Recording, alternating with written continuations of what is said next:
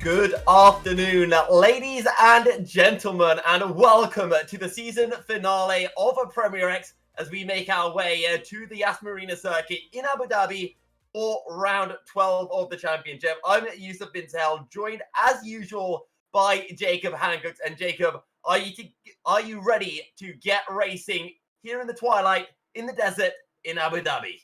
I am ready to get racing. You know what I'm even more ready to? I'm even more ready to see all of the pre-show content we've got before we get racing. But yes, no, I am very, very ready to get racing. It's an interesting circuit. It's nobody's favorite circuit, I would suggest. In fact, I'd suggest it's probably quite a lot of people's least favorite circuit. However, I think there is some merit to it, and it does tend to, at least in league racing, it tends to throw up some pretty entertaining races, maybe more so than it does in real life F1. For sure it does. And Abu Dhabi in real life has seen a host of some, well, rather epic title showdowns. We remember back to Vettel getting his first ever championship victory. But we've got a whole bunch of stuff bring it your way, including a very, very awesome video that I don't know how I've not spoken more about it in the past few weeks. That's going to be awesome. That's coming your way. You can see the drivers' standings, the constructor standings. We will be talking more about the Yas Marina track as well. But before we get into that, let's take a rewind back to last week, round 11 of the championship at Interlagos, Brazil. And let's take a look. What happened then? Rick.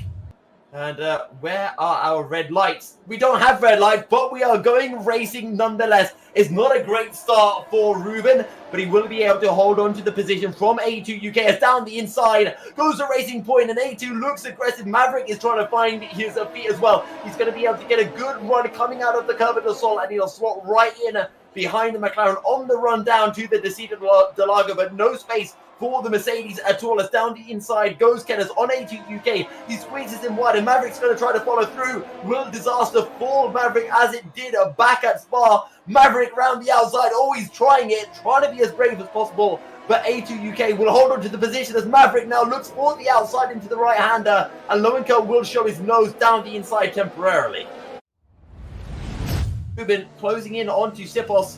Patrick as well, as Patrick has a bit of a moment on the exit with those medium tires. Ruben needs to use this soft advantage as early as he can, and he will do so. We get a bit of a stutter, but down the inside it goes the South African, and Ruben will claim the lead of the race. But Patrick on the outside will try his best to fight this, slots in behind for now, and that might be the smart option considering the Williams is on the medium compound of tires. A2 UK behind. He's going to be alongside down into the center S. Kenneth will hold the inside, but A2 will be able to get a great run. And Kenneth, no DRS from Patrick. A2 should have this one done and dusted as we head down into the Descida del Lago. A lot of ERS used by Kenneth. A2 round the outside won't be able to pull off the move this time round.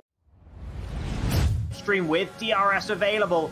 Might be thinking about making moves up ahead. Patrick's actually making a move to reclaim the race lead. But here comes A2 UK up the inside of Kenneth as well. Kenneth's forced to run wide through turn 1. That will compromise the line through turn 2. And look at the switchback. Look at the power that A2 UK has on the exit under traction. There is Kenneth fighting back as here we are up at the front. Ruben and Patrick side by side. It's the Hungarian who takes the advantage this time around. The inside line goes to Patrick, and so does P1. Meanwhile, further back, Kenneth and A2 Maverick's closed in as well. And Maverick might be side by side with them as well. He's so close behind them. To the Descida del Lago, and then he can push up for the remainder of the lap. As down the inside goes A2 UK. Kenneth will once again try to hold it around the outside, and it is a deja vu, but A2, he can't get the switchback. He's now on the inside through the Curva del Sol, and Maverick still watching all of this unfold. It's Racing Point from McLaren, from Mercedes, down into the Descida del Lago. A2 around the outside, and I think this time he might have hold it. They're still side by side as they make their way out of the Descida del Lago. There's contact, and Kenneth smashes into the wall, and Maverick will get promoted up to P4, and that, to me, just looked like a racing incident, Jacob. Oh, and is Kenneth still falling down the order. Maverick. Now, that's A2 UK slow on the exit. That might be some sort of connection issue. Yeah, A2 UK leaving the session. Oh no, that's gutting. He's only 30 points behind Kenneth, and the way things were looking, it was a looking set for A2 to really close down that gap to qualify for the FXR showdown, but with A2 now disconnected, with Chegwin not racing, this is looking great, but Iceman round the outside of Lowenka, he's going to get the job done with those medium tires. They're in a much better... He's going to make the move on Sudek up towards turn 1 here. Lowenka picks up a 3-second time penalty as well. Elon Tusk up the inside. They bang wheels. Sudek turned in on him there. I'm not sure if he realized the Alfa Romeo was on his inside. Sudek firm through turn 2, but does give the space in the end. All the way through turn 3 they go with the Alfa Romeo on the inside line. This will still be the inside line when it comes to turn 4. So this is where you want to be if you're Elon Tusk. However, Sudek battling around the outside. That's a nice move from the McLaren driver, and the Canadian will have to settle for P8 for the time being. They will get another crack at it shortly. The Iceman's incident through turn 1, I didn't really get a clean look at what that was. It's actually Owen and A2 UK. They're going to be going side by side, UK versus AK. And I think it's UK that's going to get the advantage here as the Alpha Tauri is pushed wide. Still side by side, battling through the exit of turn 5. The inside for Ferradura now. But running over the curbs will unsettle the car. They're still side by side as they head in towards turn 8. And this time, the final advantage has been gained by A2 UK, who will claim the position. Iceman. Just get a move on with his race. He doesn't want to be wasting time battling with the likes of Lowenka and AK when he's much quicker than them. The only thing that's holding him back is his tyre wear. But A2, he's got the job done this time, and hopefully he's got enough ERS, and well, with Lowenka running wide through the S's, he'll have the job done. And now Owen will actually have a look at Lowenka as Lowenka loses the back end. I think there was a bit of contact there. Good points haul in this race. A2 UK looking to do something similar after he was robbed of a chance of battling for the podium by disconnection issues, but makes the move easily onto Elon Tusk. In a couple of laps, here comes Kenneth on Elon Tusk. He'll go defensive. Kenneth's round the outside, and Elon won't make it difficult for him.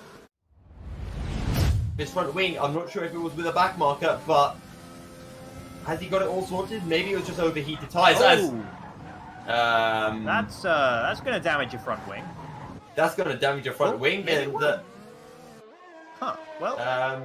his front wing's fine. Okay, but he's behind Kenneth now. I don't know what on earth happened. Iceman breaking the laws of physics. In terms of tyre temperature, you might be struggling to hold on to those just a little bit, as now here comes the opportunity for Maverick. They're going side by side up the hill along the main straight, and it's already Maverick into P2 before they even get to the braking zone. Nothing Ruben could do about that one.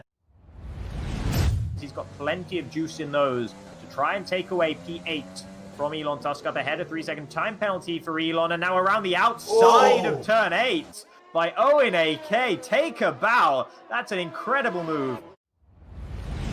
Give Lowenka the chance. He's not going to be close enough. But look how much more pace he's got on the brakes. And Elon actually leaves the door open with the damage. Maybe.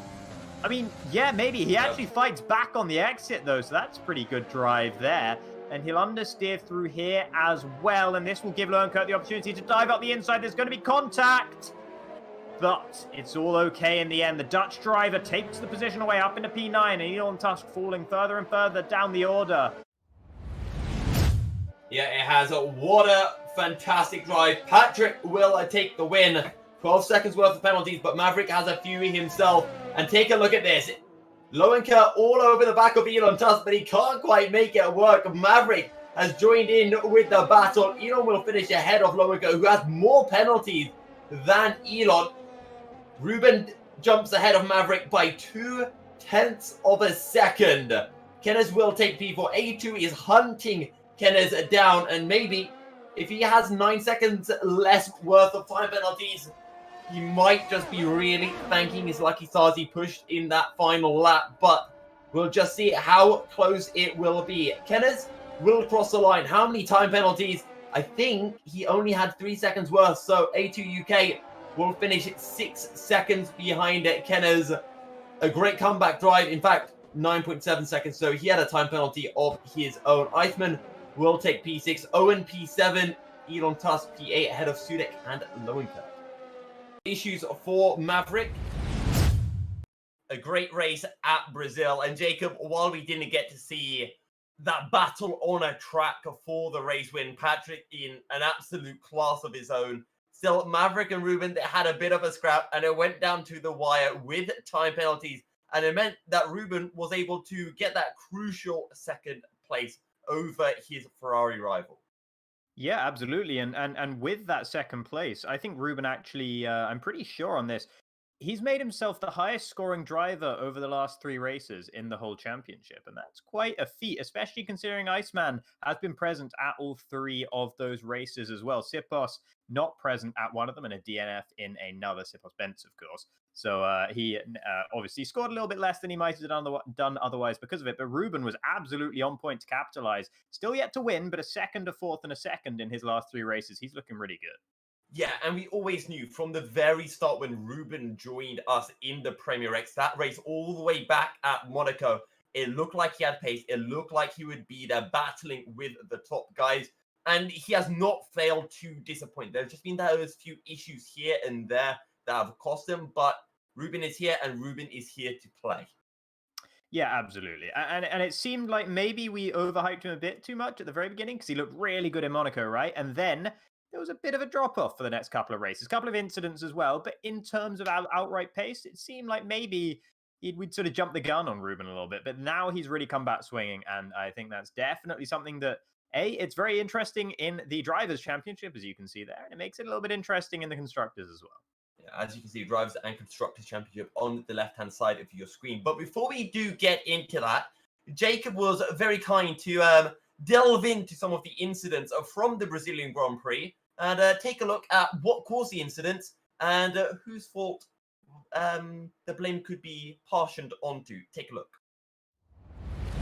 Welcome everybody to the second ever race analysis video here for Premier X Formula X Racing. Now, I know we didn't have one last week, and I apologise for that, but the drivers just kept it so clean, and there weren't really enough incidents to speak of, and definitely not enough that I had interesting footage of, so apologies for that, but we are back strong this time with a fair few incidents that took place in the last race last Friday in Interlagos. So we're going to take a look at a few of those right now.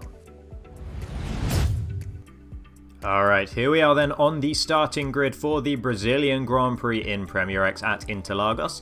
And you can see everyone gets away pretty cleanly with the exception of Iceman and Second Williams, who gets a bit swamped actually. And then, unfortunately, the camera angle doesn't really show us exactly what happened, but you can see there's an awful lot of carnage in the background on the exit of Turn 1.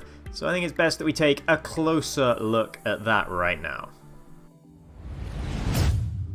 So here we can see the start on board with Owen AK, the Norwegian starting down in P9 in the Alpha Tauri, starting on the medium tyres, and we'll see off the line he actually gets a rather poor getaway compared to the soft tyre runners, and the same is true of Iceman up ahead, who's also running those medium tyres. And the fact that Iceman gets so swamped means that Outlaw is up his inside here into turn 1, they collide, and that sends Iceman into Mahavir, pushing him wide in the Ferrari as well. Thankfully for Owen, the Red Sea parts, but unfortunate for a fair few drivers. For this one, I've got to say that I think Outlaw is more to blame than anyone else here.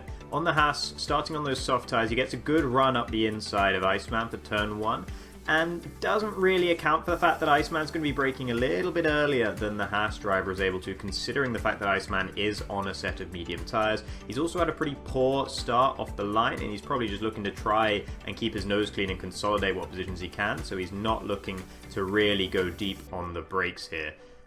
In the end of the day, Outlaw could have done a better job, but it is basically a pretty typical Turn 1 incident, and I don't think any penalty should be given either way.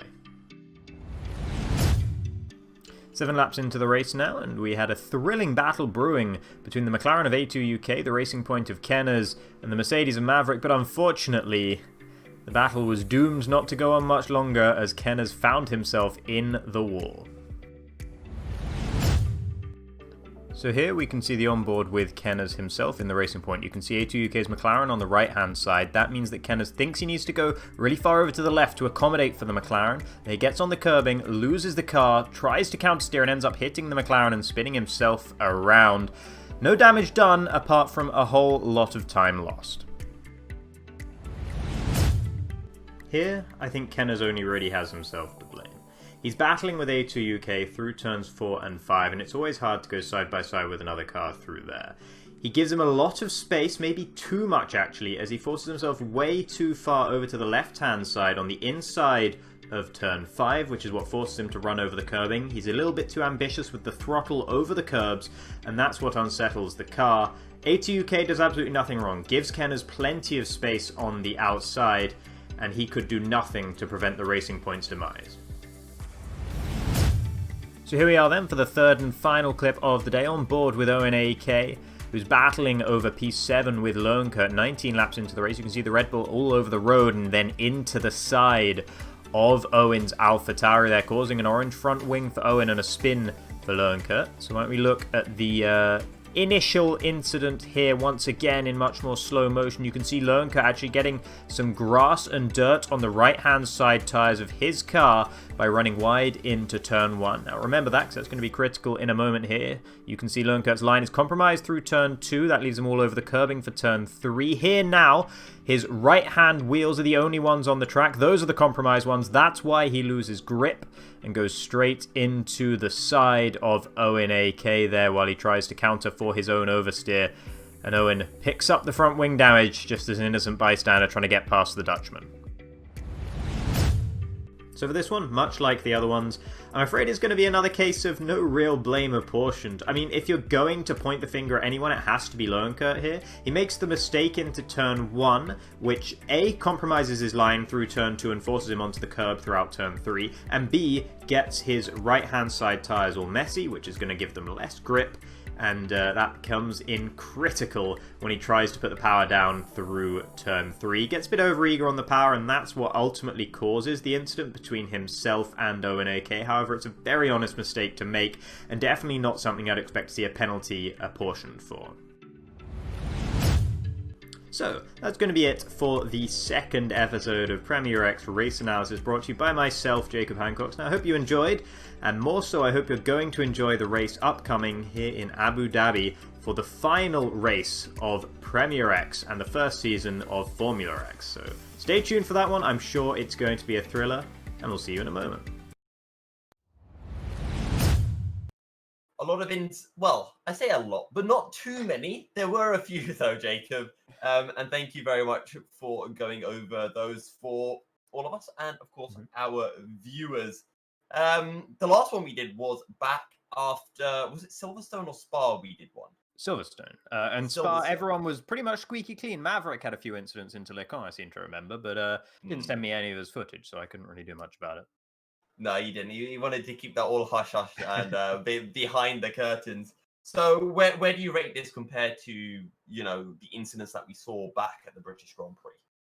Back at the British Grand Prix, I think the thing about the British Grand Prix was all of the ones I actually analysed, and they're all on the opening lap. There were a few more incidents throughout the rest of the race. So I think that Britain was a less clean race. I think last race was actually cleaner.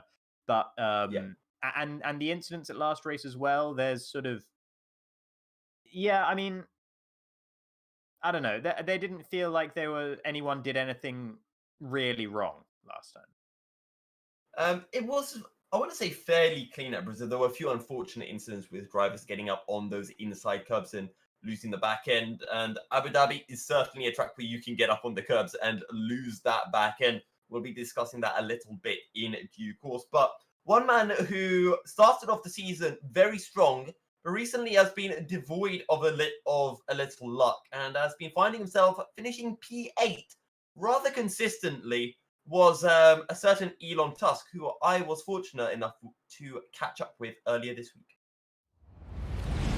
Elon Tusk, Alfa Romeo driver and P4 man in the championship. Elon, how are you doing? Doing good. Really excited for the last race. Obviously, we do have that final race of the championship, round 12 coming up. But I want to take a look back to some of your more recent results, because recently, I think you mentioned it yourself in the Discord, you've been getting quite a lot of P8s. So there's some consistency there. There's been some bad luck as well. How much higher up the order do you think you could have finished without said bad luck? It depends on which race. Like in Great Britain at Silverstone, I I think I could have gotten a podium, maybe. It's hard to tell, but I was on the same strategy as Sipos on the mediums, and that seemed to work really well for him. But I had to pit on lap one for hards, and then fight back through. So I finished fifth. Um, but I think I finished eighth in Austria. Don't really. I think I could have finished maybe seventh without the spin at the end with Ruben. Belgium was a mess. I managed to finish eighth by doing the entire race on one set of inters. Wait, did you And not last pit? well, I pitted on lap one again because Okay. of damage. But yeah, then I just decided to stay out to the end to see where I could finish. I managed to finish B8. And last time out in Brazil, Brazil was a mess because I woke up late. The races are at 3 p.m. for me, but now I work nights, so I got home at 6, went to bed, and I was planning on waking up at like 1 to warm up, but I ended up waking up during Q1, and Ooh. so I started last, and because I was customizing the strategy before the race, I got caught out, and I didn't have time to load a setup, so I was on default setup on the hards, starting last, and in the end managed to finish P8, but yeah, I It, think it reminds probably me of six. a driver that I used to race against in a league where he would finish P6 in every single race, bar none, and it just Yeah, continued for such a long time. So hopefully you'll be able to break that trend in a good way. Come yeah. come the next race. So in the championship right now, you are P4. Now Owen is 40 points behind you, so Mm, he would need to win the next race to beat you. And no offense to Owen, unlikely to happen. But you've got Sipos and Maverick, and they are, well, 9 and 12 points ahead of you, respectively. yeah. Do you think you can take them? Sipos, no. Just like a straight no. I mean, unless he doesn't show up in the last race, maybe. But Maverick, Maverick, it depends. I think overall he has more pace than me, but he has been making mistakes at times. So I've managed to beat him a couple times, like in Canada. Um, can't remember the other. I think I beat him twice or 3 times. But yeah, Maverick. It will depend on if he has a bad race or not. I don't think I can really challenge the top three in race pace or in quali. I'm quali has been hard. It's definitely been the weaker part of my season. I always qualify in P6, 7, 8, but then I come back through during the race. So Uh, yeah, we'll and see. I also want to mention, I mean, you're in Alfa Romeo, which, in terms of esports anyway, is the best team. And without a doubt, one of the two best teams. You know, Yeah, Alfa Romeo, Jarno Otmir, Danny Bereshno, best team out there. Second, maybe McLaren, James Baldwin, and I think it's Matthias Colligan, if I reckon that correctly. However, the reason I bring mhm, this up is because Alfa Romeo are fourth in the championship. And right behind you guys, and, you know, I mean right behind you, like 0 point difference, is the Red Bulls, I should say, of Ruben and Lowenkert. And then a further yeah. 6 points behind is the AlphaTauri of Owen AK and Aries. Do you think you can hold them behind you? Um, Red Bull, it's kind of the same thing as with Maverick and Sipos. It'll depend on how Ruben's race goes because Lowenkert, uh, like in a clean race without incidents, I think I'm usually a little bit quicker. But Ruben is part of that top pack now. Like way back at the season opener, there was only Iceman and Maverick really, and that were on equal pace at the front, and then there were 2 or 3 other guys, and then me in the midfield. But over the course of the season, now there's like it's basically like real life. There's like the top 6 that's just locked for for Who's the Ruben, Alex Maverick. Albon in this top six? Yeah, so I don't know. Like AlphaTauri, I don't think still overtake us unless I DNF, but I haven't DNF once this season, so I think I'll stay in fifth, but I don't think I'll be ahead of the Red Bulls by the time the checkered flag falls. Now, I'm going to bring this up because in our most recent stream, and I think the stream before that, there's always been someone popping up in the chat and saying about how they're such a good driver, no one can match them, and that's your teammate Connor Sheridan. He's currently languishing down in 15th place in the championship. Do you have any words of encouragement, or maybe words of wisdom, or maybe you just want to just slag him off?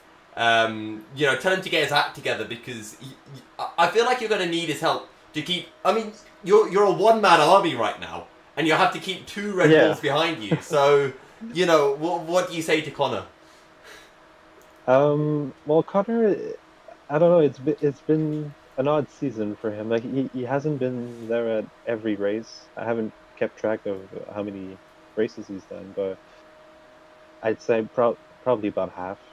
So right off the bat, like there's only one car racing. Yeah. And usually, like it's not a dig at Connor in any way, but he's usually at the back with. I'm so glad I brought up this question.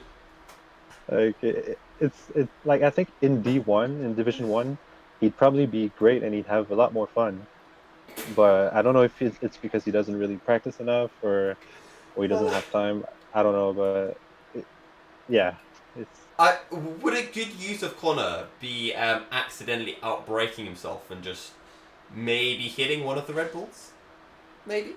I mean, I don't condone taking out your rivals, but if it's a racing incident, you didn't need to.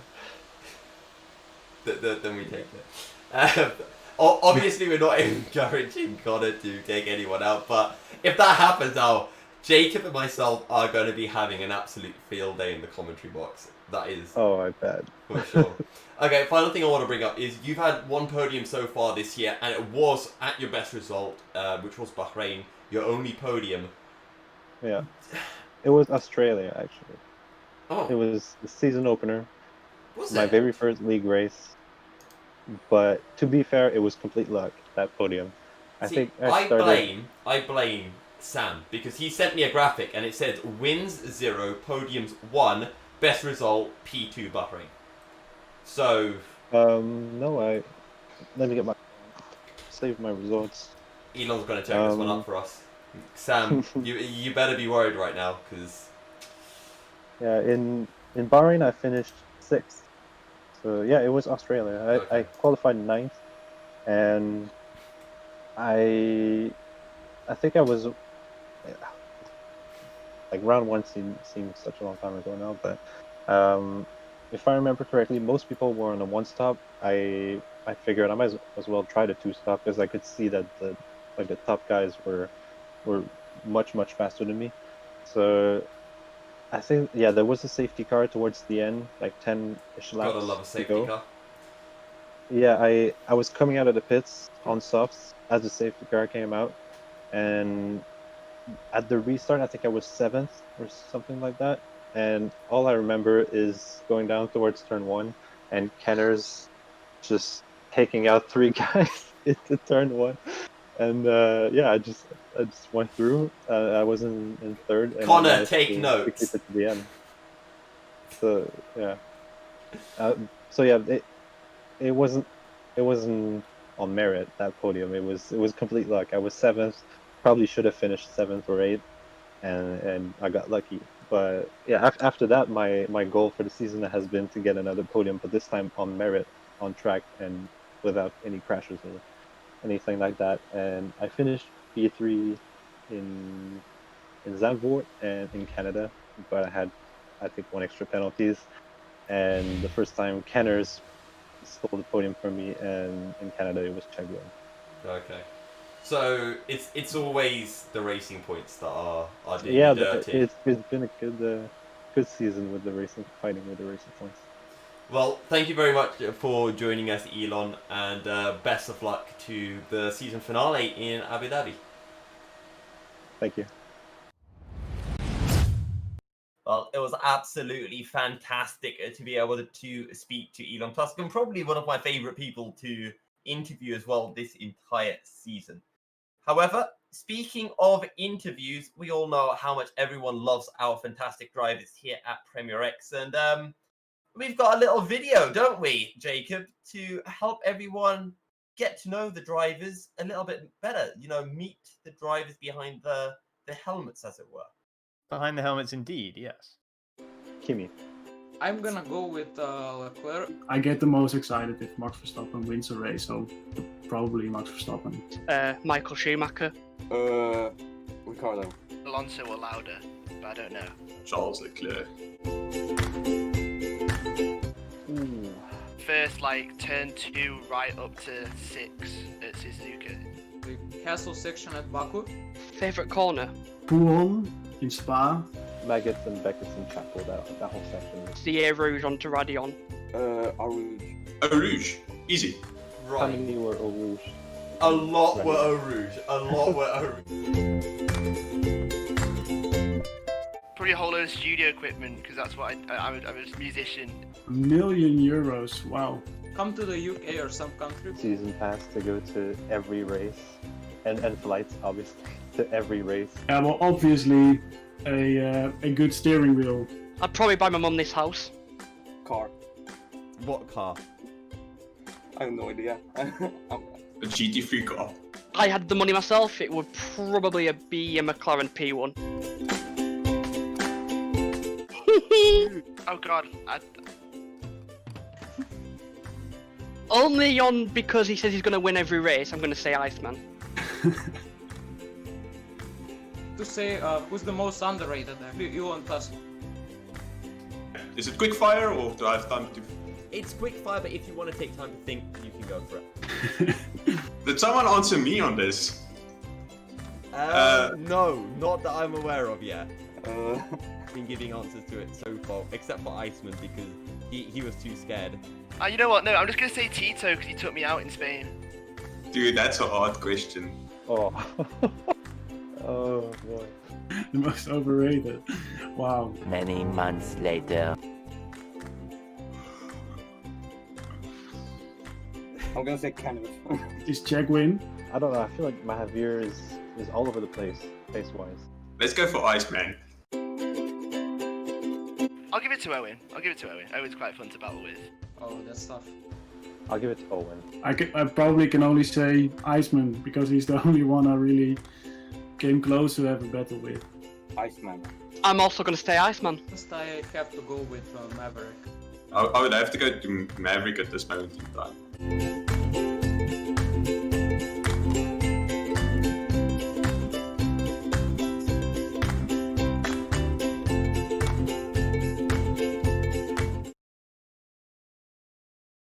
It was pretty good to get a little insight behind the drivers, behind some of their personal thoughts and who they think are, clean drivers to battle with in FXR, and of course, who are just completely overrated drivers, pardon me. And quite interesting that Iceman came up on the top of both of them as well as the most overrated driver and the best driver to battle against. Jacob, why don't I throw to you? Who's your favorite racing driver?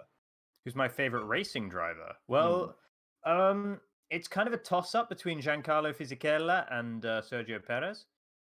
Okay, so not very meta at all then. No, not very meta at all. So as you can tell, I like Force India, and I like an underdog story, right? Yeah. So I love Giancarlo Fisichella pole at Spa, one of the best moments in F1 in recent years. Very absolutely. good moment. Also a great moment when Sutil was running fourth the year before in the Monaco Grand Prix and then got booted out of the race by Raikkonen. I've never forgiven Raikkonen. I still hate Raikkonen for that. Yeah, same. I'm really glad I found common ground on that actually. But now Sergio Perez, because he's a midfield driver, but he's always got that potential to do something exciting, and I really like watching that. I will never get Raikkonen saying after the race, "It was a racing incident," out of my head. That is ingrained in my memory. Oh god, forever. But I sadly I dislike Fisichella a little bit because he had such a great race at Spa. Then that safety car came out and it compromised him, and I'm still just so upset that he wasn't able to keep Raikkonen behind. And then he betrayed Force India by leaving and revolting over to Ferrari for the next race, where he proceeded to DNF very appropriately. Or at least that's how I felt at the time. Yeah, However, sorry. Pardon, no, pardon. I should let you go ahead. There's a qualifying session going on. I could rant about how much I love Fisichella for days, but I'll let you go on. All right. So while the drivers are flying out on circuit, let's take a look with a flying lap. Yes, that's a segue. Here's a hot lap provided courtesy of Owen AK at the Yas Marina circuit.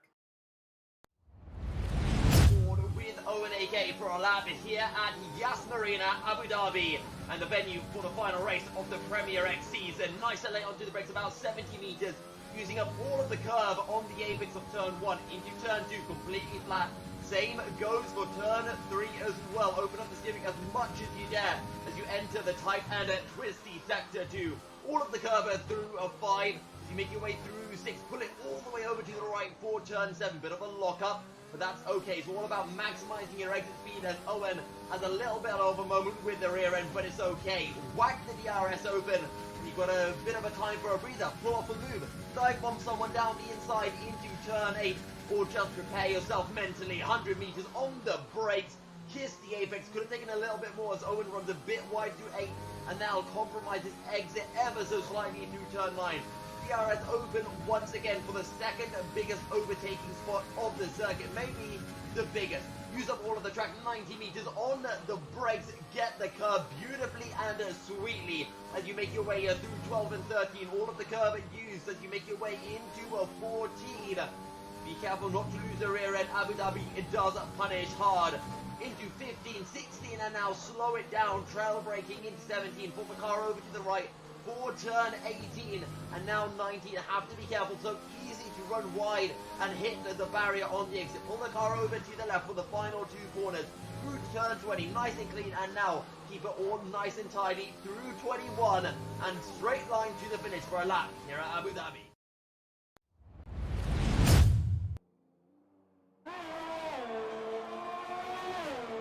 Well, thank you very much, Owen, for providing us with that hot lap. Our first time that we were able to see one of Owen's hot laps for our hot lap video of the week. But that being said, we are into qualifying, Jacob. We have 16 drivers and a couple of new faces as well, with the likes of Dougie, Falcons, and AJ joining the Premier X ranks. Yeah, some interesting new names, and nice to see Wheeze Racing and Luppy back as well. So yeah, I'm very much looking forward to seeing what these guys can do. And I've heard some whisperings that they're actually pretty fast drivers. And nice to see Lernker here as well, who I believe wasn't going to be here. So that's nice for Red Bull that he has managed to show up. Yeah, it's great that Lowenka is here. Some extra points potentially for Red Bull. Remember, they are tied on points with Alfa Romeo and still within a hunt of it taking P2 in the Constructors' Championship. Mahavir straight to the top of the standings. How often have we said that as well, Jacob? The Indian is a fast, and hopefully he won't be having any connection issues and can finish his Premier X debut season, well, everyone's Premier X debut season, with a bang. Yeah, he's fast on most occasions. However, this might not have been the best time to say it, and he gets comfortably dispatched by A2 UK and Luppy's lap times at the very top of the standings. 0.8 of a second between himself and Luppy, and a further 10th up to A2 UK as well. Of course, as we tend to say, these Q1 sessions tend to be more like free practice sessions for most of these drivers.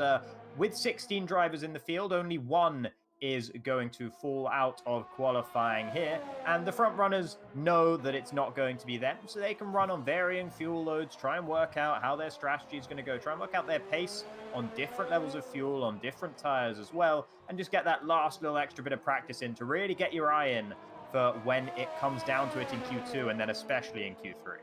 Yeah, and it's always interesting as well when we do get to Q2 to see the tyre choice that gets taken. Last time we saw a lot of drivers opting for those medium tyres, and I think it's going to be especially interesting here at Abu Dhabi as well, a track that is notorious for its tyre wear and for seeing a lot of differing strategies. You can look for the softs, hards, but I think going soft, medium, softs, or soft, medium, mediums tends to be the better shout and the more opted for strategy. I mean, we'll have to wait and see on the strategies. I actually don't know the strategies for this one, and I'd like to keep it that way sometimes. Just give yourself a little bit of, what's going to happen, a little bit of uncertainty here, especially because around here, it's not going to rain. So, you need something to keep yourself thinking on your toes just a little bit. AJ, who we are on board with right now, we can see in the Williams, actually neither of the usual Williams drivers here today. Both Iceman and Sipos, the top two in the championship, not present. And with Sipos not being present, that actually opens the door very, very wide for the likes of Maverick and maybe even Elon Tusk to try and sneak into that P2 in the championship. Yeah, and of course, Maverick 3 points behind Sipos in the championship. Elon Tusk only 12 points behind Sipos. So pretty much as long as they are in the top 12, they will jump ahead of Sipos for that P2 spot. Of course, a different point system here in Premier X. 46 points to the leader as AJ. Well, we talked about losing the back end here at Abu Dhabi, and AJ shows us exactly how it's done. Thankfully for him, though, it's only in the first stage of qualifying. Yep, and with that all, he only managed to go 0.4 of a second slower than Outlaw on those medium tires. So I don't think the medium tires are working all that well for the Haas driver at the moment. Struggling down there with a 137.492. He's just gone into the pits. I expect we'll be seeing him onto a set of softs to ensure his progression into Q2 here. And I wonder who the one driver who's going to be the unlucky one to fall out here today is. We'll have to wait and see, of course. And, probably a good idea to try and do your best to avoid being that driver, because it's kind of the opposite of bragging rights to be the one driver who gets knocked down in Q1 in. So, Jacob, is this the time where we start our old predictions again? I think I would say yes, but I just feel so mean. Okay. Predicting one driver to fall out, I just feel like I'm being a bit of a something or other. But, well, maybe it'll be Kenner's, because he's currently managed to invalidate 2 laps in a row. This is his 3rd attempt on this set of soft tires. Currently not invalidated thus far. So, but yeah, definitely struggling a little bit with getting a clean lap in at the very beginning of Q1. But that is what the beginning of Q1 is for. Yeah, and, okay, let's take a different look at things. Instead of looking at the man who's going to get eliminated, I want to kind of look at that top group of drivers that I expect to be really battling at the top of the standings for those top podium spots. A2 UK, Luppy, Reese Racing, they're already in the top 3. Then you've got Mahavir, you've got Ruben, Maverick as well, and Dougie and AJ. I think these are all of these drivers are going to be right up at the sharp end. We haven't seen Dougie or AJ before, but from what I've been told, they are very, very quick when it comes to the time trial leaderboards. Yeah, and time trial is not necessarily everything. If this championship was done on time trials alone, Mahavir would be rather higher up than he actually is. He just can't seem to get it together in the race, whether because of connection issues or because of just not being able to keep it clean. As speaking of not clean, Lernker really struggling through turn 20 there and then through turn 21 as well. But yeah, I want to wait and see a little bit of what AJ and Dougie have to offer. We saw AJ, of course, losing it out of the final corner. And that's something that you can get away with in time trials because you're not going to pick up damage. But here, that means he's going to have to head back into the pit, strap on a new set of tires, and go back out again. So maybe, if someone is a time trial specialist, they're not that good at avoiding moments like that where they find themselves in the wall. Yeah, potentially so. And it also comes down to setup as well. Sometimes you get those time trial setups that just don't work too well in the race. And again, we'll go back to the fact that Abu Dhabi is especially hard on tire wear. You want to make sure that your tire pressures are nice and low to minimize said tire wear. And the same thing goes for those differential settings as well. However, I do want to take a look at one of the Alfa Romeo drivers. And that's not Elon Tusk. It's Connor Sheridan, because when I did interview Elon Tusk, I threw the question to him that his teammate Connor Sheridan has left a lot to be desired, whether it is turning up to races or just getting those points in general. And it seems that Elon's pleas of help for Alfa Romeo in the Constructors' Championship have been heard. Connor Sheridan has showed up, and it's not a half bad time either. P9 at the moment, as that is Chegan Little jumping ahead of, pardon me, no, that is Kenners, who jumps ahead of Connor Sheridan for what is now P9. Yeah, and Connor Sheridan, definitely interesting to see how he's going to do. It's a good start to him in this Q1 session. That 136.0 puts him comfortably ahead of Lernkurt, who we did see having a bit of a moment through the turn 20, the penultimate corner. So, I think his lap, definitely there's some more on the table for him. There might well be more for Connor Sheridan as well. We'll have to wait and see. And then, I just want to talk very briefly about Chegin Little. That has got to win Name of the Year, Name of the Season for Chegwin. Because Chegin Little that's pretty good. I'm still sad that we haven't got a Count Chegula, but Chegin Little is good. Is that supposed to be like Chicken Little or absolutely. Skewer That's Little? Chicken Little. No, that's Chicken Little 100%, and I think it's Chegin Little, Chicken Little. You know, if you say it with enough of an accent, I don't know what accent it would be, but enough of some kind of accent, then you can make it work. And he's actually making it work on track as well. Currently up in P4, although he has done 3 laps on that set of soft tyres, so not running on absolute fumes in the racing point. And going to a 134.695 puts him just ahead of both Elon Tusk and Mahavir, who are joint on their 134.698 times. So a lot of the drivers quite close together in the upper midfield at the moment. Yeah, 0.003 of a second separating Chegin Little from Elon Tusk and Mahavir Raghunathan, and we're only expecting that gap to kind of decrease to everyone else around them once we do get to Q2 and Q3. Again, Q2 is going to be so important with those differing tyre strategies starting to come through. But at the moment, 3 of the drivers are expected to be at the sharp end. AJ, Maverick, and Dougie Falcon are at the back of the field. Everyone has now fitted a set of soft tyres, and they are going for some fast runs as Maverick goes purple in Sector 2. Yeah, and this is a huge opportunity this weekend for Maverick, right? Because he's got 1 race this season. Same could be said for A2 UK as well, by the way. Yeah. And with Iceman and Sipos, the 2 Williams boys, not here today, this is a massive opportunity that the likes of Maverick and A2 UK will really want to capitalize on. As Maverick actually cuts the corner there, going under the bridge to the hotel. So that's not going to be suiting him too well, but he's got plenty of time still to put in a cleaner lap. AJ now going purple in Sector 2 as well, but unless the likes of AJ and Dougie spoil the party for A2 UK and Maverick, this could be a really great opportunity for them to get their second wins of the season and get some confidence and re-establish yourself going in to Season 2. Yeah, but don't forget, while A2 UK and Maverick are quick, the last time we saw both of them racing really was back at Spa, and, well, it was Brazil as well, but if you go 1 round back to Spa, Luppy was there, Weiss Racing were there, and they were both quicker than the pair of them, and we can't discount Ruben. He's still looking for his first race win of the season. Mahavir Raghunathan as well, as AJ goes P3. If Mahavir can avoid those connection issues, could we be seeing the Indian driver get his first clean race off and potentially his first podium as well? Yeah, I mean, he's definitely due a podium, but as things stand, his actual best finishing position is 9th, which he's managed twice. And that's really shocking considering he's been qualifying, I think, every time higher than 9th. So he definitely has so much potential in that Ferrari, but it's just going unrealized at the moment as Dougie Falcons is realizing his potential with a 133.866. So that puts him half a tenth above A2 UK.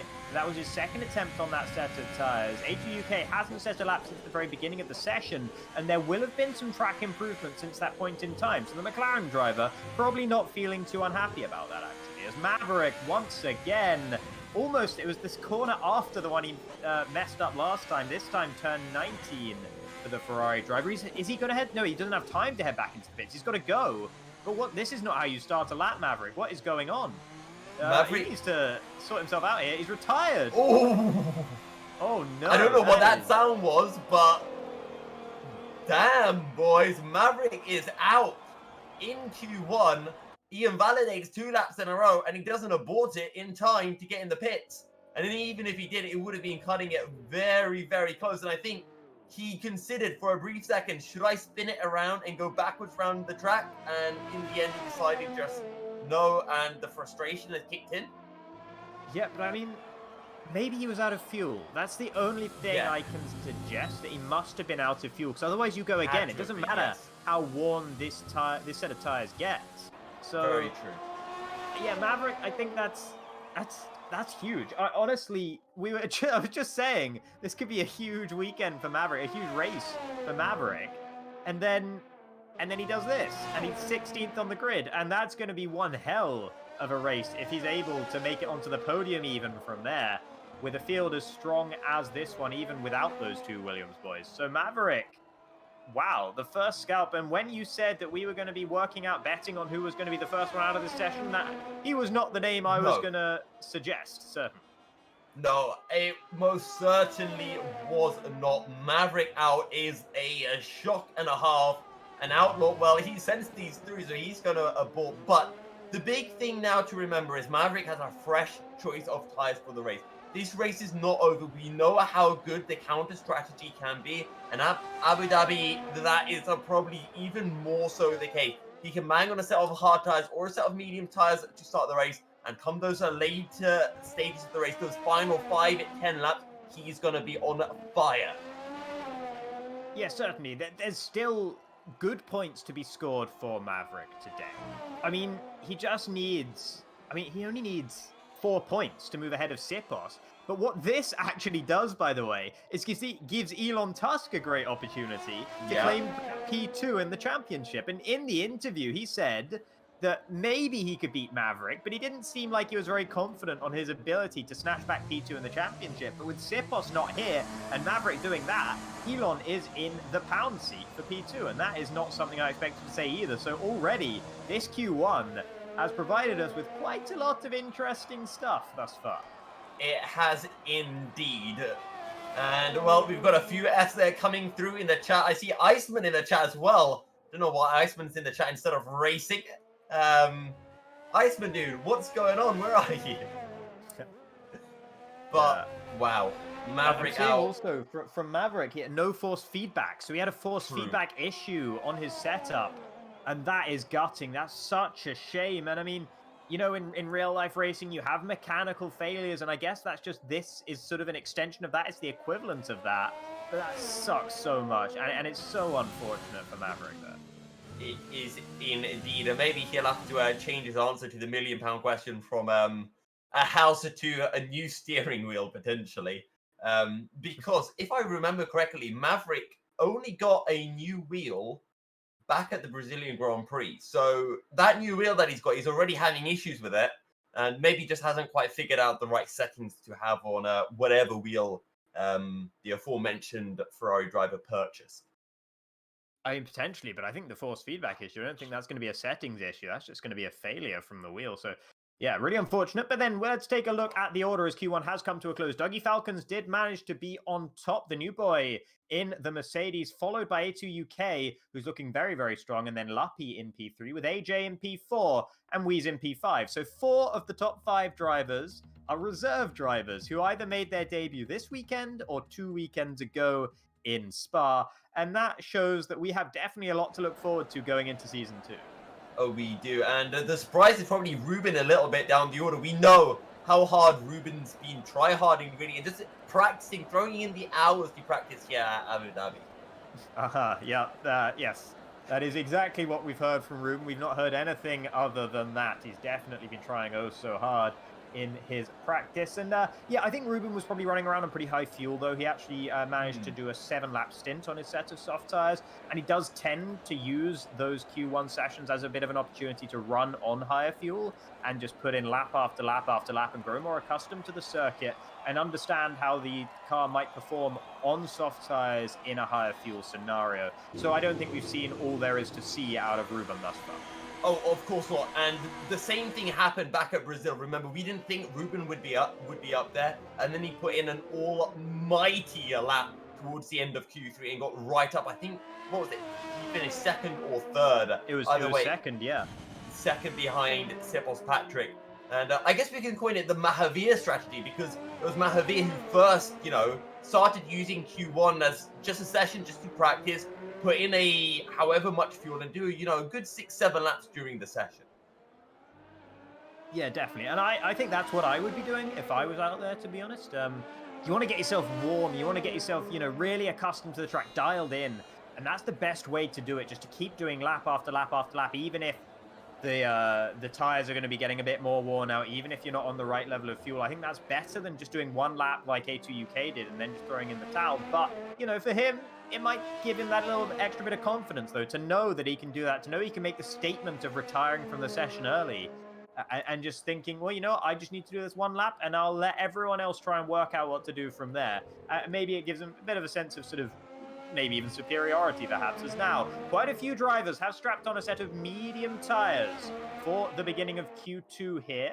In fact, only Luppy, Mahavir, and Outlaw are currently on outlaps on their sets of soft tires. Chegwin and Sudek are still hovering on their soft tires, but they're yet to leave the pit, so they could still change the tires that they're opting for, as Sudek now commits to soft tires for the beginning here of Q2. But that shows that there's quite a lot of preference for these mediums here today. Yeah, and no one has left the session. Hopefully he'll be able to rejoin, but I'm so glad to see so many yellow wall tires. And I guess, well, those out on the red wall soft tires, much like the color, are fearful of their blood and want to make sure that they do not die in the second stage of qualifying. And, well, oh, pardon me. Yeah, sorry, I think Connor Sheridan has crashed on the pit straight there. Judging by where his dot is on the minimap, the Alfa Romeo driver has retired from the session, and I think he's lit up the rears coming out of the final corner and just hit the wall. So I think he's probably lost one of his wheels. And yeah, the Connor Sheridan for pole brigaders in chat, I'm afraid, I don't think it's going to happen today. There he is on the side of the road, wrecked in the wall. And the Irishman, well, he was looking better today. His pace seemed like maybe he was actually going to be battling in the midfield, maybe battling to try and get into Q3. But that's not the way to do that. So he's going to be starting from P15, I think. Elon Tusk is not going to be a happy Canadian after that one. He said he wanted Connor Sheridan to show up, and I guess Connor Sheridan has showed up in the wrong place. He's gone and said hello to the wall instead of saying hello to Q3. Elon Tusk, though, has gone purple through Sector 2 as he makes his way through the triple right-hander of 15, 16, and 17, and it is so easy to lock up down into 17, but no such issues for Elon Tusk. He makes his way through the double left-hander, nice and easy on the power, 36.6. Outlaw will take provisional pole, but I have a feeling that's going to be absolutely smashed and slaughtered as Elon Tusk comes through the final corner, and it is a 35.1. 35.1 on a medium set of tires. That's still quite a long way away. About a second and then a couple of tenths on top of that as well from what we were seeing in Q1 on the soft tires. So either there's a huge delta between the soft tires and the medium tires here, or Elon Tusk's lap time is going to be quickly displaced by some of these other runners. Lernkirk's made it back into the session, so that's good news for the Dutchman. We're on board now with Owen AK pushing in the Alpha Tauri, also on a set of medium tires, and Elon Tusk is the sort of guy that Owen will be looking at and thinking, I want to out-qualify him. He's the sort of yardstick for the midfield, and Owen's definitely in that sort of midfield battle at the moment, as Ruben actually goes slower than Elon Tusk in P2 at the moment, and Kenners goes slower than him as well with the 35.6. So Elon Tusk's lap time actually holding up a little bit better than I was maybe expecting. We'll see what Owen can do regarding that as he comes through the final corner now. Doesn't quite meet the apex, but up towards the line. It's going to be a 136.228. And that's actually comfortably slower than Kenners and puts in P5. Mahavir did come through on a set of soft tires to snatch away the top spot for now, but that's expected on those tires. And there we go. That's more like it from Wheeze Racing, a 134.3 on the mediums. That's really very good. Yeah, and I feel like Mahavir, it wasn't a full push up on those soft tires. He's tried to keep, take maybe 1% less wear on those soft tires to maximize his race potential, but Reese definitely did not hold back. What a lap, almost a second quicker than the next fastest man on the medium tires, which is Elon Tusk. Check in, or pardon me, Kenners cuts the corner, but he's already done a lap, and you have to feel that the likes of Kenners, Owen, AK are going to have to put in a set of soft tires and go out again. Yeah, they'll definitely be on the bubble at risk of going out here in Q2, if not a certainty. So they're definitely going to have to go faster. Sudek and Outlaw will be disappointed because they have an opportunity to squeak their way into Q3 here by running on the soft tires when everyone else is on the mediums. Luppy goes up to the top spot with a 134.215, but that's only a tenth and a thousandth faster than Wheeze Racing's time on the medium set of tires. So the Renault driver's not going to be feeling bad about that one whatsoever.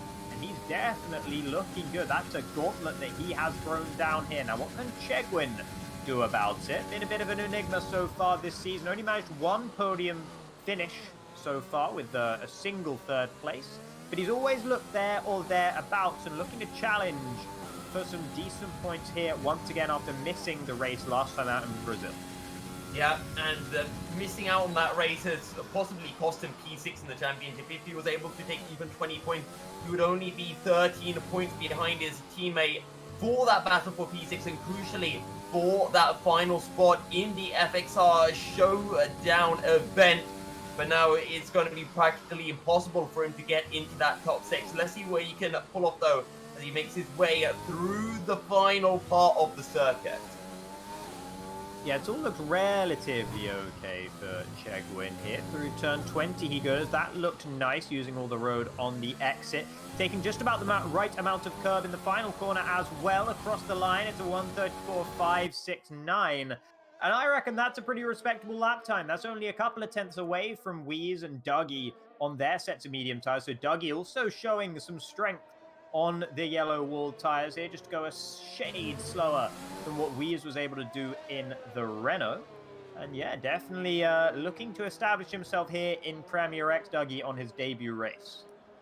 Yeah, but with Connor Sheridan out, you look at the drivers who are currently outside of the drop-off zone. You've got Lowencut, you've got AJ, and you've got A2UK. The latter two look very, very fast indeed, and you would expect them to be jumping ahead of the likes of Kenneth and Owen AK, which put them into a really big kind of drop-off zone. So I think if you're slower than a 35.5, essentially, if you're behind Ruben, you need to be really scared, especially as well because Owen, he could put on a set of soft tires and jump ahead of Ruben as well. So even Ruben might not be safe, and it all depends on how much quicker Owen can go when he puts on a set of soft tires.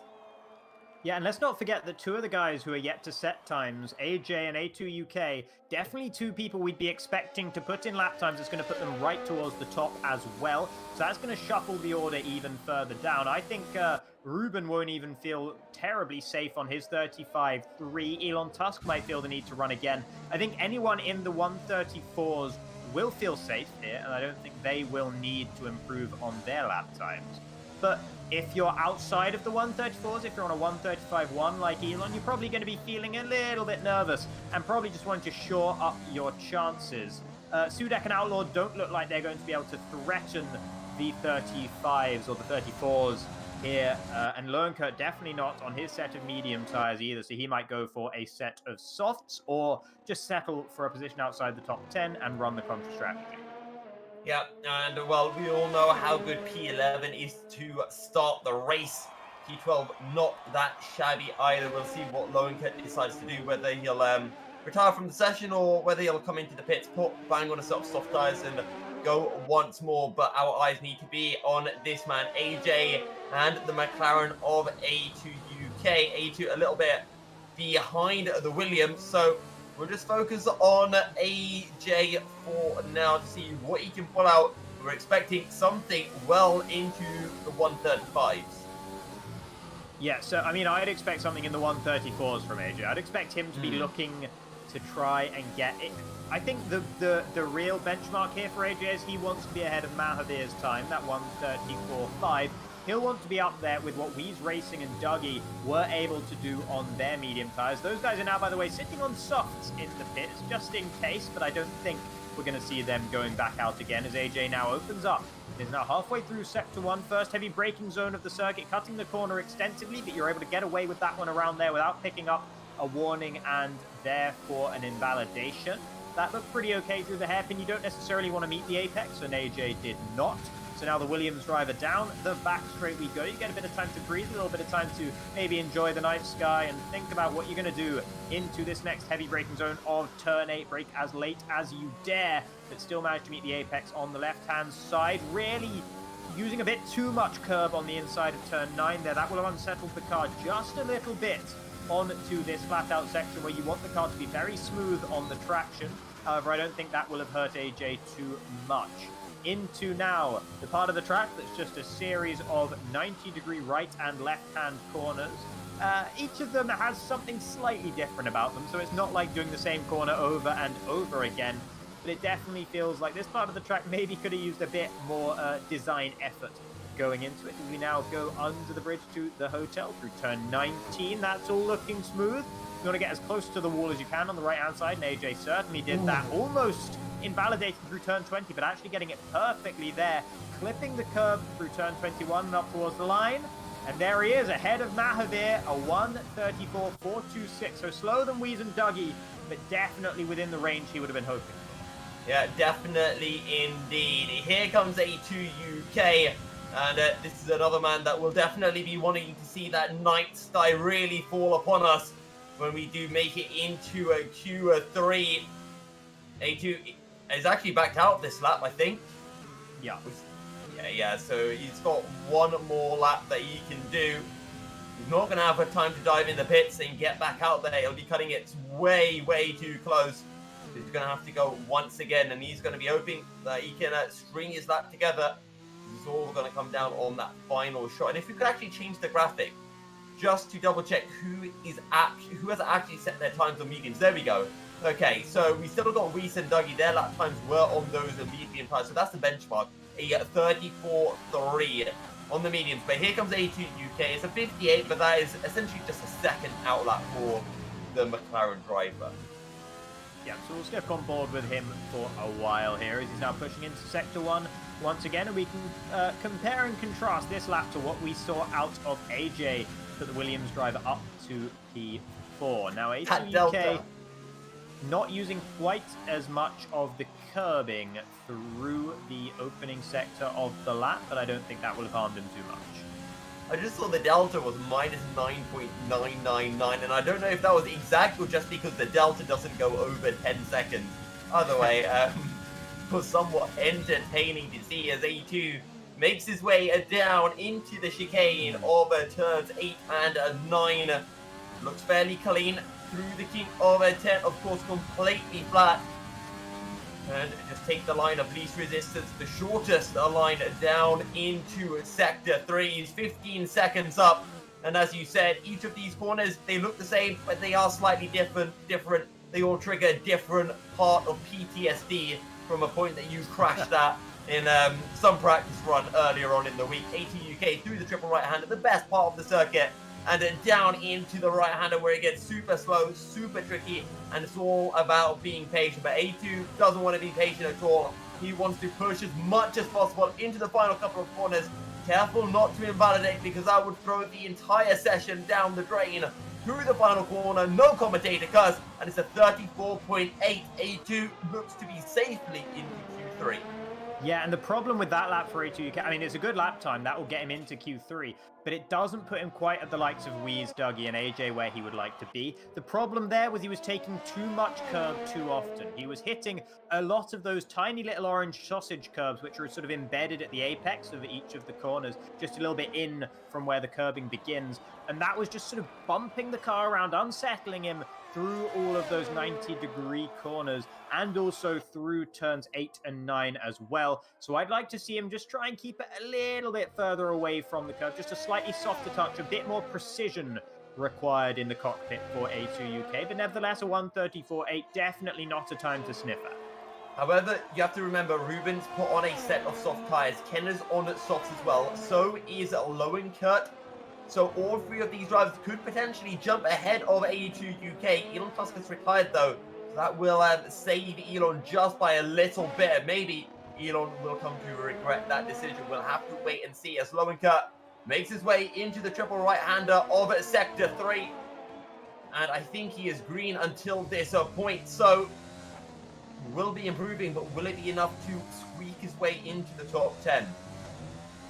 Well, here we go into the very final couple of corners. This is where we saw Lowenkert struggle a few laps ago. This time, very good through turn 20. Now 21, the last one, and he's messed that one up royally. Up towards the line he comes, and it's only P11 for Lowenkert, and he's about 3.5 tenths away from Ruben. I reckon he lost that all in the final corner, so that's going to be gutting for Lowenkert, although P11 might well be where he's wanting to start. Sudek will not be able to improve any more than 14th, So he's going to be starting down there in the second of the two McLarens. Outlaw is on an outlet. Let's take a look to what Owen AK is doing in the AlphaTauri, because I believe he is pushing out there, yet to invalidate as well. Hasn't invalidated. I shouldn't say yet to invalidate. He may well just not invalidate, as he is pushing. Dougie actually went faster on his set of soft tires, so he will be starting the race on those softs rather than on the mediums. And that's an interesting decision from the Mercedes drivers. Now we see Owen AK braking hard into turn 8, getting a really nice line through there. Turn 9 as well, avoiding the curb on the inside, but running just a little bit too wide on the exit. That will have limited how soon he was able to get on the throttle for this long, straight section before the braking zone of turn 11. Just about getting around Dougie there, who was kind of dawdling almost on the racing line. But Owen with a purple time through sector 2, if the mini-map can be believed, and he's going flat out here in the AlphaTauri. Yeah, Ruben abandoned his lap as well. He dived into the pit, so Ruben may live to regret that decision. And the South African here at Yas Marina may be out in a Q2 for, I think, the first time this season. Can Owen string together the final couple of corners? Here we go into a turn 20. It looks neat. It looks tidy. Into 21. Tidy again, but is it fast? Across the line, it's a 35-3, and he misses out by 0.03 of a second. Yeah, and it's hard to pinpoint exactly where the time got away from him there. I just assume that he's just a bit too late on the throttle, a bit too low in his minimum speed in some of the corners, because it looked very neat and tidy, as you mentioned. Owen will be happy enough with P11, though, of course, being able to start on a contra strategy, starting with whichever tires you want, and critically a fresh set of tires, as well as, I think with that little moment under traction there, we're not going to see Outlaw improving, and he'll be starting from P13 in the Haas. So it is going to be Owen, Lernkert, Outlaw, Sudek, and then the unfortunate Connor Sheridan, who will be knocked out here in Q2. Could you imagine if Maverick was in Q2? This would have spiced things up so much more. Yeah, I mean, certainly. I mean, we would have seen Ruben out in Q2 almost certainly if Maverick had been able to get through here. So, yeah, the South African driver definitely just getting away with one here, as he was less than 1/10 of a second clear of P11. So 4 drivers will be having to start on the soft tires. Mahave in the Ferrari, Kenna's in the Racing Point, and then the 2 Mercedes. And I'm so surprised that Dougie switched to those soft tires at the end, because he seemed all set on the medium. So maybe there was a mistake. Maybe there was a bit too much wear on those mediums, and he decided to switch things up at the very end. Yeah, and it's moments like this that make me really love the Q2, not the Q2, but the full qualifying format, right? That battle at the end when everyone's getting so close, when Owen got so close to displacing Ruben but couldn't quite do it. I love that moment, and I think that's some of the most exciting moments of any race weekend. So I love that we use full qualifying here in FXR in Premier X, as we now are into Q3 to decide the top 10 drivers on the grid. And honestly, it could be any one of about 4 or 5 names for pole here today. You know what it's time for, Jacob. It is a time for our top 3 predictions. I'm going first this time because you always steal my predictions, and that's not happening this time. Okay. Chat can get in on this as well. I'm going to go for Dougie Falcons at P1, Luppy P2, and do I want to go AJ? I'm going to go A2 UK to take P3. Okay, I was about to say, if you're not putting A2 UK in the top 3, doing my man dirty. I mean, that his lap in Q1 was really solid on that set of soft tires, and he said it right at the beginning of the session as well. This sort of untidiness of his medium tire lap in Q2 does make me question his consistency at being that fast around here. We'll have to wait and see whether he can replicate. But if he can, I'm going to go out on a limb, and I'm going to put him on pole, A2 UK. Okay. Dougie 100% second, because I think that he might even be more likely than A2 UK to get pole, but you already took him for your pole position.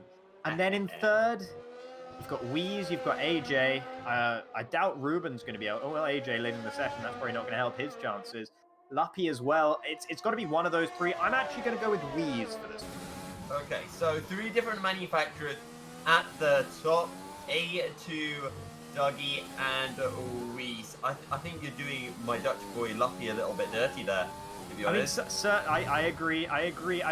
But Luppy, I I mean, I guess he was. He did his last lap in Q2 was on the soft tires, right? He didn't go for a medium tire run, and I just don't think we've seen the same level of confidence from him. Not just because of that, but also his time in Q1. I don't remember it being right at the top, although I might be mistaken. After a maiden win as well, before time penalties, albeit. Yeah, the time penalty taken away. I don't think we can quite call that a win. But, you know, Lappy definitely looked really strong in Spa, but this is not Spa. This is a different track, and these are different drivers that he's coming up against as well. So I want him to prove me wrong. I'd be more than happy for him to prove me wrong, but I'm gonna predict him P4, AJ P5. Let's be honest, I think we both want Mahavir to come out on top and take a pole. It'd be such a great redemption for him after all of the bad luck that he has suffered with connection issues, despite the amount of pace he has been showing. But so far, his pace tonight hasn't quite seemed to be up there with the likes of A2 UK, Luppy, Ruben, and Weiss, and Dougie as well, of course. But we've got 2 Mercedes, and we've got 2 racing points as well. Those are the only doubles that we do have, as Iceman and Sipos not here is going to cost Williams a little bit, but of course they've already won the Drivers and the Constructors Championship, and there could be some big points coming in for the Mercedes. Yes, certainly, although given that these are both reserve drivers, I'm not sure whether these points will actually count for the Constructors Mercedes or not. So Chegin up towards the line, and that is going to be the first lap time of the session. That's a 1:34.998, I think that is. My screen's just lagging a little bit, so I can't actually see what that lap time is with the purple on the dark night sky. But yeah, that's not going to be challenging for pole ultimately, I don't think, as Kenners proves that by going faster with a 1:34.7. Mahavir with a slightly disappointing 1:35 flat for his opening exchange here in Q3. So he's definitely not going to be tickling the top end of the grid with that one. And I just want to say, we're expecting pole to be in the 1:33s. Here comes A2 UK, a 33.5. And maybe we're going to be getting quite close to the 33 dead. What can Ruben pull out? It's a 34.6. A2 UK with provisional pole by over a second. And that's considerably faster than everything we've seen so far in qualifying. A2 UK, I mean, he's trying to live up to my expectations here, and that's the very best way to go about it. Wheeze gets close as well with a 1:33.581. Here comes Dougie up to the line, and he goes even faster. It's the 1:33.450 from the new boy in the Mercedes, and Dougie Falcons currently sitting on provisional pole. Elon Tusk and Lappy still sitting in the pits. AJ has just commenced his flying lap. So if we take a look at the Williams driver, we'll be able to see if he is able to challenge the very front runners in this session. Yeah, let's see what he can pull out. Let's see if he will be purple here in Sector 1. He's coming to the split. It's a 16.9 and nothing pops up. So you'd have to imagine he's a little bit off the pace, but just over a tenth of a second separating the top 3. Mahavir goes quicker, but he's only bridging the gap between Weiss and Ruben. And it's not really a bridge. It's more of like when you play Mario Kart at Mushroom Board. You've got the little bouncy things. That's what Mahavir is right now. He's one of the bouncy mushrooms between Ruben and Weiss. Sorry, you're calling Mahavir a mushroom. That's an interesting A bouncy not quite mushroom, sure I understand the analogy, but I think I know the direction you're going for here.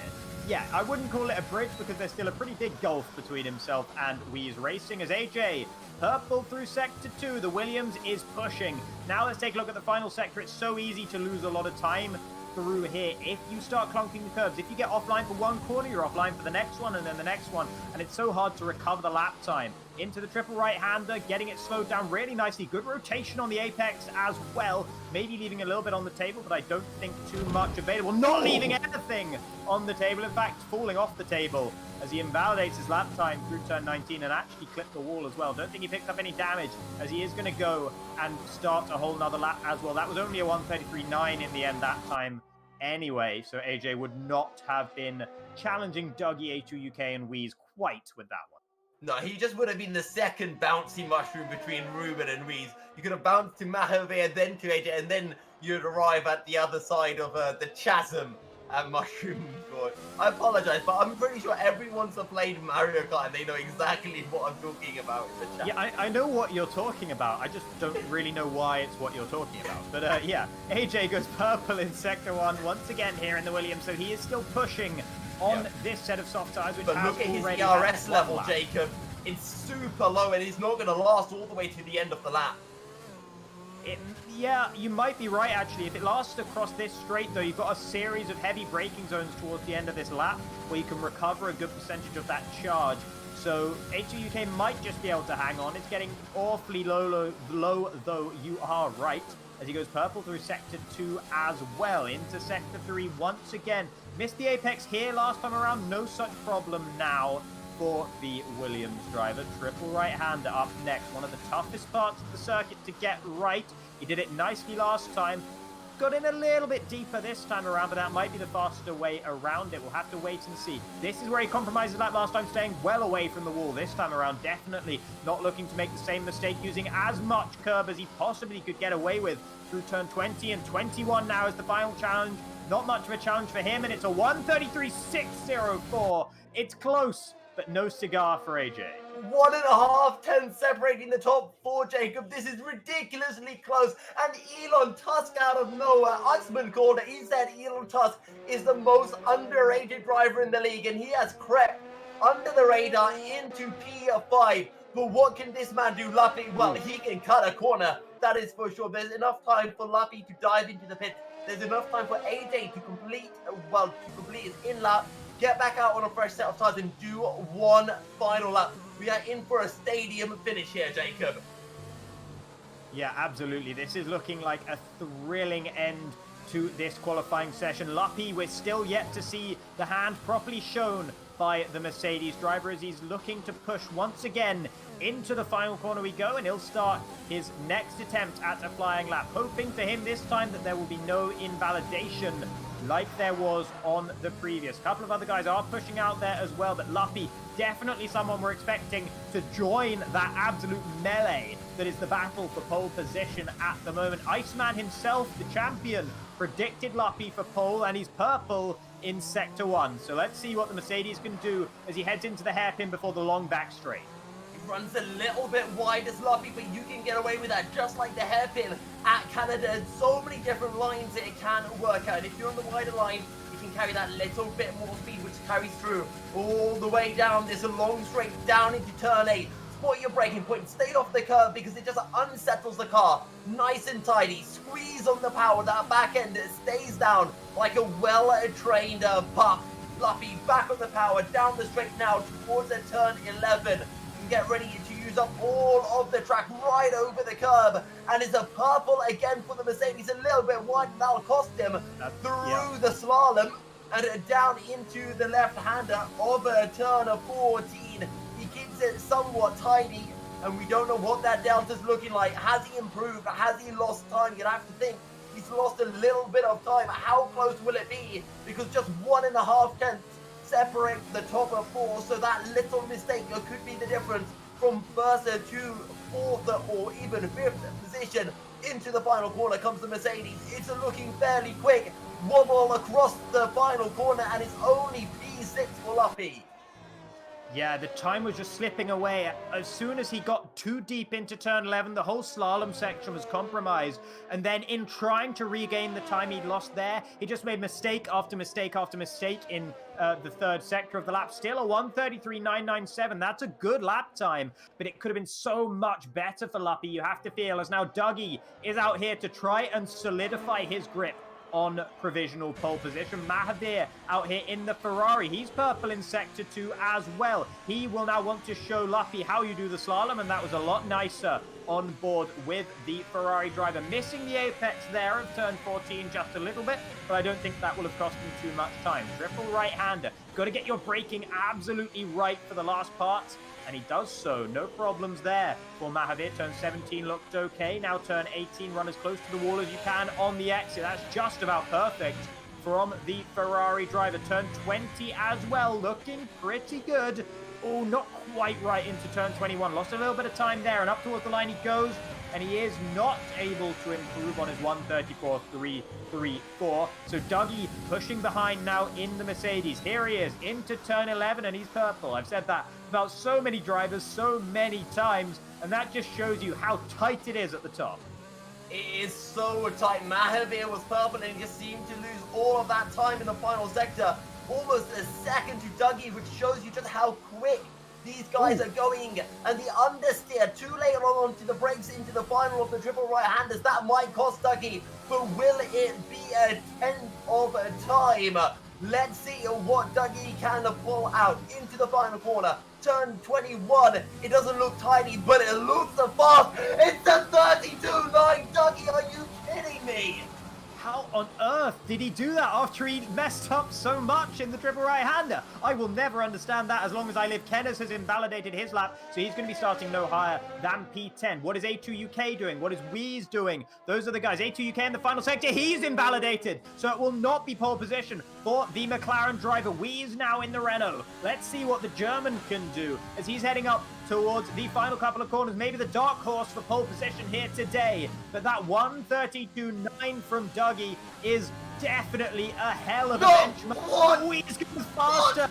It's the 132.866, and now it's up to AJ and maybe even Elon Tusk to see what they can do. The Williams driver is pushing out here, but he's slightly down on his previous lap time in Sector 1, and with an 8/10 gulf between himself and Wheeze at the moment, that might just cost him. There must be so much track improvement around here at the moment, though. You might even get a bit of a slipstream from Dougie. The Mercedes driver is not going to be so kind. Of course, that is his AI controlling his car. I don't think he'd have wanted to be kind regardless. A2UK now up towards turn 11, and he's a little bit up, but it's only a fraction. He is up, and that is enough. AJ, holy cow, what is these final few moments? We're into the 32s, Jacob, and it's what we said. It didn't look tidy, but that doesn't matter because unlike Mahavir, whose lap looked tidy, it just wasn't fast. It wasn't at the limit. But what about AJ? He's pushing the limits like crazy into the final couple of corners. Turn 20 looks clean. It looks fast into 21. Will it be enough? Can AJ get into the top 3? 33.4, and AJ takes P3 at the checkered flag. And Elon Tusk into the pits, so the Canadian will not be able to improve, but he'll be happy with P5 on the grid. And Wheeze, I said it, he was the dark horse for pole position here today.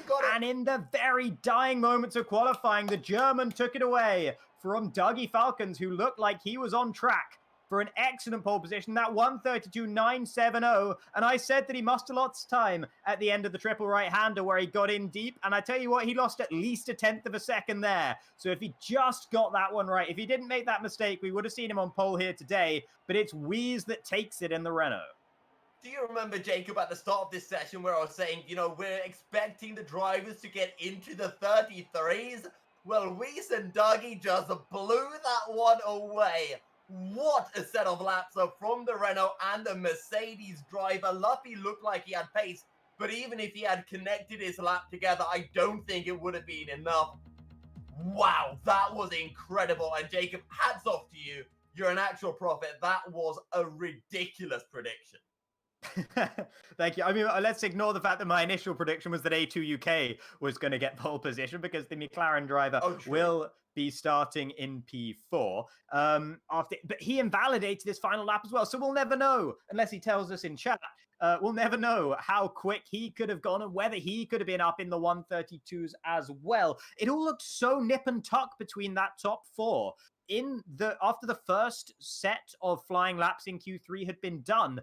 But then Dougie and then Wheeze just found a whole nother gear, and maybe even 2 gears, because they improved by so much at the end of that session. Forget a different gear. They found a whole new car. I think they unlocked the Mercedes for real on the game because that was incredible. And wow, absolutely amazing. And what a way for us to end the final qualifying session of Premier X Season 1. Absolutely fantastic. And I also want to mention, I saw A2UK mention in the chat that he is racing on controller this time. Well, damn, because that was faster than you've ever been on the wheel. What? I mean, he's been pretty fast on the wheel. Let's not forget, he has won a race this season. That was faster. I mean, that was very far. He definitely looked like he had pole position pace for a lot of qualifying. Couldn't quite string it together at the very end. But A2UK, I mean, yeah, I mean, I know what you mean, but I think you might be doing him a little bit of a disservice there. He's definitely a fast driver, regardless of the equipment, as Maverick today gets just that little bit worse with a disqualification from the formation lap here. He will still be able to take the start of the race, of course. That just ends the formation lap for himself and for Connor Sheridan, who must have made contact. So yeah, looking outside the top 10 real quick, Owen, Lern, Kurt, Outlaw all on a set of mediums, as well as Maverick at the very back, and then Sudek and Connor opting for a set of softs at the start, which interests me. Yeah. And, well, let's see. Sudek, Connor going for those softs. Maverick on the mediums. That's kind of what we expected. The question is, do we see a one-stop? Do we see mediums hard or softs hard? Or do we see the medium, soft, mediums? Will it be the two-stop strategy? Will it be a one-stop strategy? I've seen a lot of title showdowns here at Abu Dhabi, whether it be IRL on F1 or in league races themselves. And while there is no championship to be decided, I think we're going to have an absolute cracker of a race. Certainly, yeah. If the qualifying was anything to go by, we're definitely going to have a cracker of the race. If they can provide us with half the quality that we saw in that qualifying session, this is going to be one hell of a race and one of the best races of the season. And it's so nice to see the new talent here as well. Weez and Lappy, of course, but then Dougie and AJ, who we're seeing for the first time here today, and they are mixing it right at the very front from the word go. And if Iceman and Sipos were here, there'd be 8 drivers here, or 7 at least, that we reckon could be in with a shot of winning this race. We'll never know what Maverick could have done either, starting down in P16, and he has got a hell of a task on his hands today, and I'm looking forward to seeing what he can do from the very back. So, I don't forget, we still got that battle for P6 in the championship. Well, we wait for the lights. Here they come then. Lights coming on. Do not see the lights, but the drivers will. And at some point, they are going to go out here in Abu Dhabi. Very long hold indeed, but we are underway, and it looks like a good start off the line from Weez, but maybe with a little bit too much oversteer. A2 UK has rocketed off the line in the McLaren, but it's going to be Dougie Falcons into turn 1 ahead. Weez tentative through the first corner there, and now might find himself under pressure. He's ghosting. I don't know what's happening to our pole sitter. He's lagged out. That's a disaster for the Renault, and Dougie Falcons up into P1, making it work on that set of soft tires. A2 UK holding off Ruben, who's had a good start as well, up into P4 in the Red Bull. A2 UK had a great launch off the line, but wasn't able to challenge Dougie Falcons, who will cement his grip on P1 for the time being and should look to gap the rest of the field on that set of soft tires. Further back, it looks like Connor Sheridan's had a good start up to P11. Sudek and Weez battling as Sudek's had a great start up to P7. Looking to challenge Mahavir as well into turn 8. There's so many battles, and wow, that is very late from the Irishman, but he gets it done. Unbelievable move, but there is some front wing. I think that was Renault, and there's a huge pile up here. That's going to be one for you to analyze after the race, Jacob. I'm not sure what exactly happened, but that is the safety car out, and this is going to hurt Dougie Falcons a lot because he is on those soft tires and he wanted to be using these opening laps just to push as much as he can, and he has to make a decision within the next 15 seconds as Mahavir picks up a very unfortunate drive-through penalty. And the question Dougie has to make is, does he pit now or does he stay out?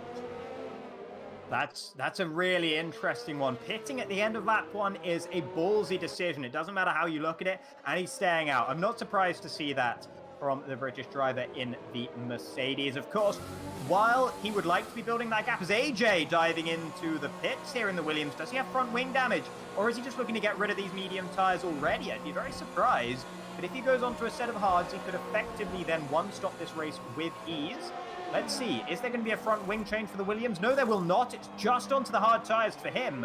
So that's an entirely strategic decision. We're also seeing the likes of Weez, Chegin, Lernker actually not going into the pits, but Luffy and Ken is also electing to change. Weez, of course, having that front wing damage that we saw at the beginning of that pile-up as well. And the good thing about seeing Weez into the pits is I think that means he has reconnected as well and being able to pull off that stop, because otherwise I don't think the AI would have brought him in. Yeah. So Weezy's back into this battle. The 2 racing points at the back of the field, but we know they have a pace. 4 drivers on fresh hards, Luppy on fresh medium. We said there would be differing strategies, and the safety car has only expanded those differing strategies for the remaining 27 laps of the race. Well, it's Mercedes versus Mercedes here at the front, isn't it? Yeah, no, definitely. Yeah, Mercedes versus Mercedes as Dougie looks to try and overtake the safety car. Just trying to maybe get Burnt Nylander there to get a bit of a wiggle on. But yeah, Dougie has had a completely different read of the strategic decision he needs to make here. He's decided to stay out on a set of softs, whereas those on mediums behind have made the strategic call to pit for a set of hards. Not sure what's happening between Lernkert and Chegan Little towards the back of the order. I did see Lernkert was actually disconnecting so I think Lernkert actually not in the session at the moment. So that explains that particular issue. But yeah, we decisions AJ as well from what Dougie decided. And I think Chegan, is he going to be able to actually get past Lowenkert? No, he's going to have to lift off and try to let Lowenkert through, but Lowenkert's not passing. Ruben gets a 5-second time penalty for ignoring yellow flag. That will probably get removed after the race unless it's automatically served in the pit itself. But Ruben's now up to P3. Safety car will not be in this lap. Now, Dougie, he's going to be absolutely pelting it when that safety car comes in the pit, and we assume he'll be at the end of this lap, or the lap that's just been started. And Dougie's going to be hoping that the likes of Connor, Sudek, Owen can keep the likes of Maverick and AJ behind for as long as possible. Stock for a moment here. So who's had a good start? Ruben up to P3. I think he started from 6th on the grid.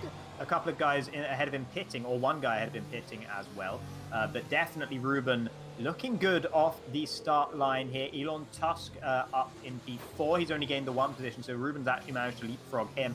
Mahavir P5, that's okay. And then there's where it starts to get interesting. Owen's up 5 positions from his P11 start. Sudek is up, I think he started P14, so he's up 7.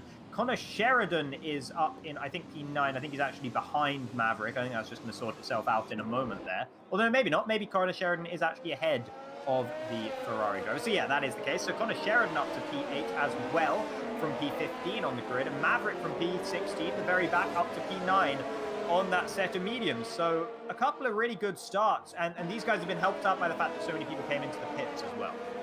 Yeah, so when you get the safety car restart to come through, Maverick has rejoined, but sadly from he's dropped a whole bunch of positions.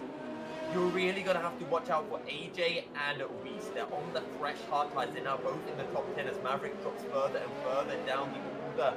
Outlaw gets contact with Luppy, and hopefully they don't have any front wing damage. You can see how much of a gap there is. I think that is from Connor Sheridan down to... No, that's not from Connor Sheridan. That is from Outlaw all the way down to Lowenkert. So there are people who are disconnected or lagging out and it's causing incidents, and people are forced to overtake, and then the safety car or the game telling them to let drivers through, and it's just causing mayhem. And I've seen these issues before where both drivers are told to let the other driver pass, and they're just both trying to come to a standstill to let the other driver pass because there's nothing that they can do. Yeah, I mean, this is the... there's a whole lot of issues going on right now. Of course, nothing that we can do, nothing that FXR can do about this. This is a Codemasters issue with a Codemasters game, and that's a Maverick issue, as he's gone flying into the wall there. I'm not sure if that was a problem with his setup jamming. Maybe we heard he was having force feedback issues earlier. Well, remember what happened back at Silverstone where he got a controller disconnect? Maybe that was something similar. And, well, is a safety car in this lap? Please be in this lap. I think it is. And we will be back racing, Jacob. And Dougie pushes for the start. He's already got a little bit of a gap over A2 UK as Elon Tusk getting pretty closer to Ruben in this two-way battle for P3. Yeah, certainly. I'm having a couple of connection issues myself, but I think I can just about make out what's happening on screen. Why don't you take it away for a couple of minutes here? Yeah, so Dougie gets a good start. He's almost pulling second gap to A2, which is so crucial. He needs to get out of that DRS zone while his soft tires still have that bite of that soft rubber. And that means that we've got a bit of a three-way battle now starting to build up a 4P2. Because I think Outlaw getting very close to Kenners a little bit further down the order. Actually, Owen's pretty closer to Mahavir. I don't think he's going to be able to find the move a bit too far back. Either way, Mahavir, for the first time, hasn't had any connection issues. I hope that's not a commentator curse. I pray it's not a commentator curse, because we finally get to see the Indian in action for real. As Mavericks just let us know in the chat that his game has crashed. That is a big, big shame, as he looked to be in a great position to make a fantastic comeback drive after the disaster that struck him in a qualifying. So Owen, he's actually really close to Mahavir. There's a yellow flag in sector 3. Owen's going to look for the outside. Can he switch to the inside? No, he cannot. Mahavir's up to P4. Who's dropped down the order? That's AJ. So AJ has left the session. Wait, no, that's not AJ. It's Ruben. It's Ruben who's dropped down the order. He's all the way down in P15. So Ruben's had an incident through the triple right-hander. I don't quite know what's happened, but that's disaster for the South African. And he's into the wall. He's overheated his tires. And, well, that is absolute disaster. We were saying that, to be honest, for Ruben, this is practically a home race.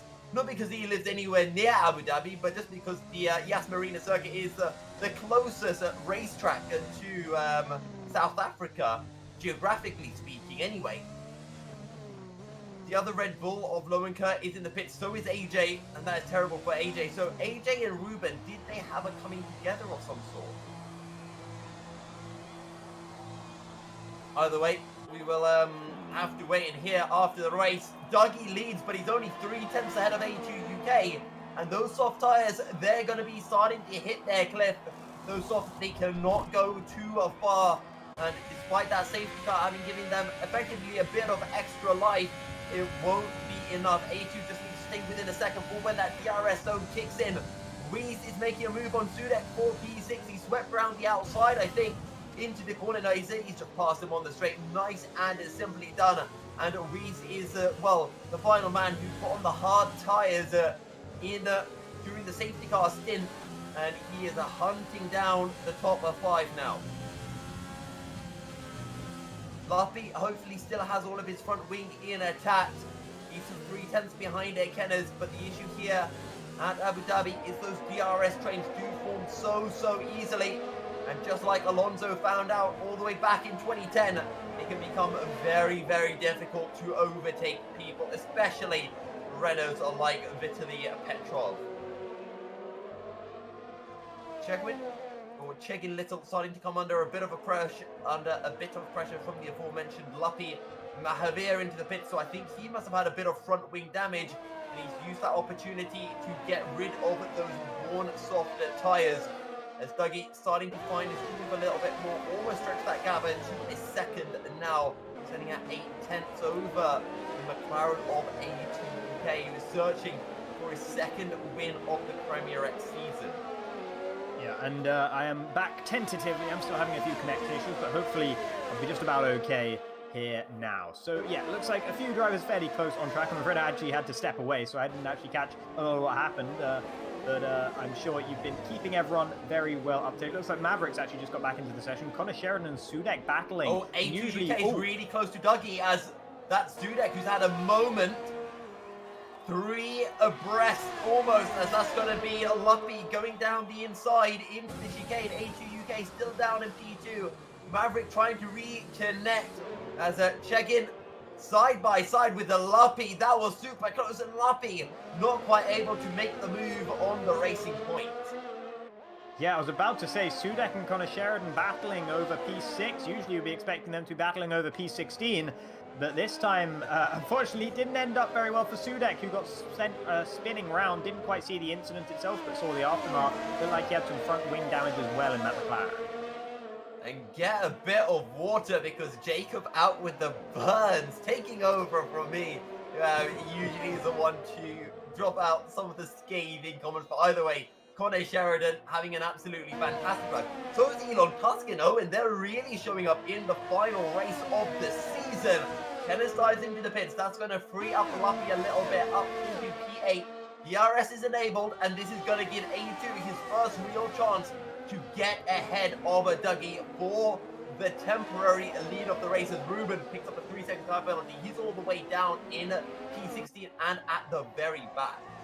Yeah, gutting for Ruben that this has happened to him at the beginning of this race, but does mean we've got a pretty straight battle at the very front for the time being, at least between A2 UK and Dougie. On different sets of tyres, the medium tyres definitely coming into their own right now. Those softs on the Mercedes are going to be hurting quite a bit for Dougie Falcons, currently leading the way in the number 64 car. But with that orange McLaren all over his rear wing, A2 UK wasn't able to get past this lap.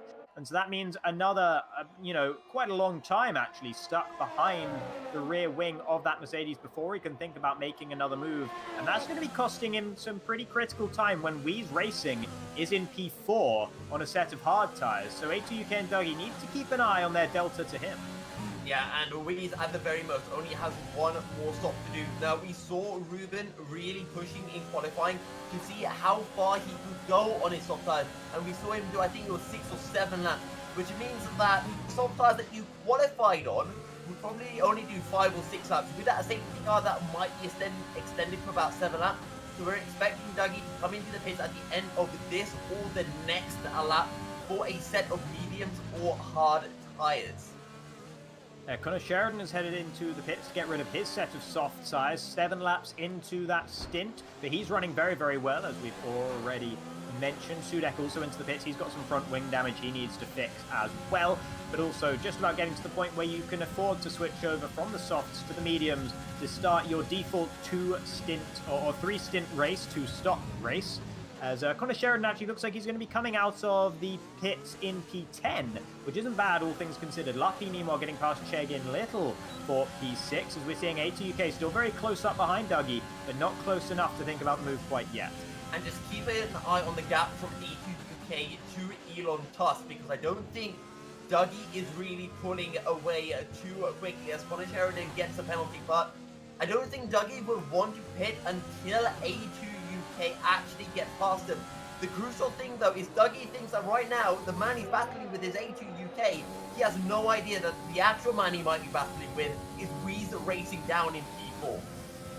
Yeah, and again, it's a bit like the sort of sneaky surprise, maybe challenging for the win of the race, just like what we saw when he took pole position away under everyone's noses in qualifying. It always seemed up there or thereabouts, but didn't seem like he had the ultimate pace to take it away as our race leader Dougie heads into the pits to get rid of his set of soft tyres. Yeah, so those softs must have been probably a good 60% tyre wear.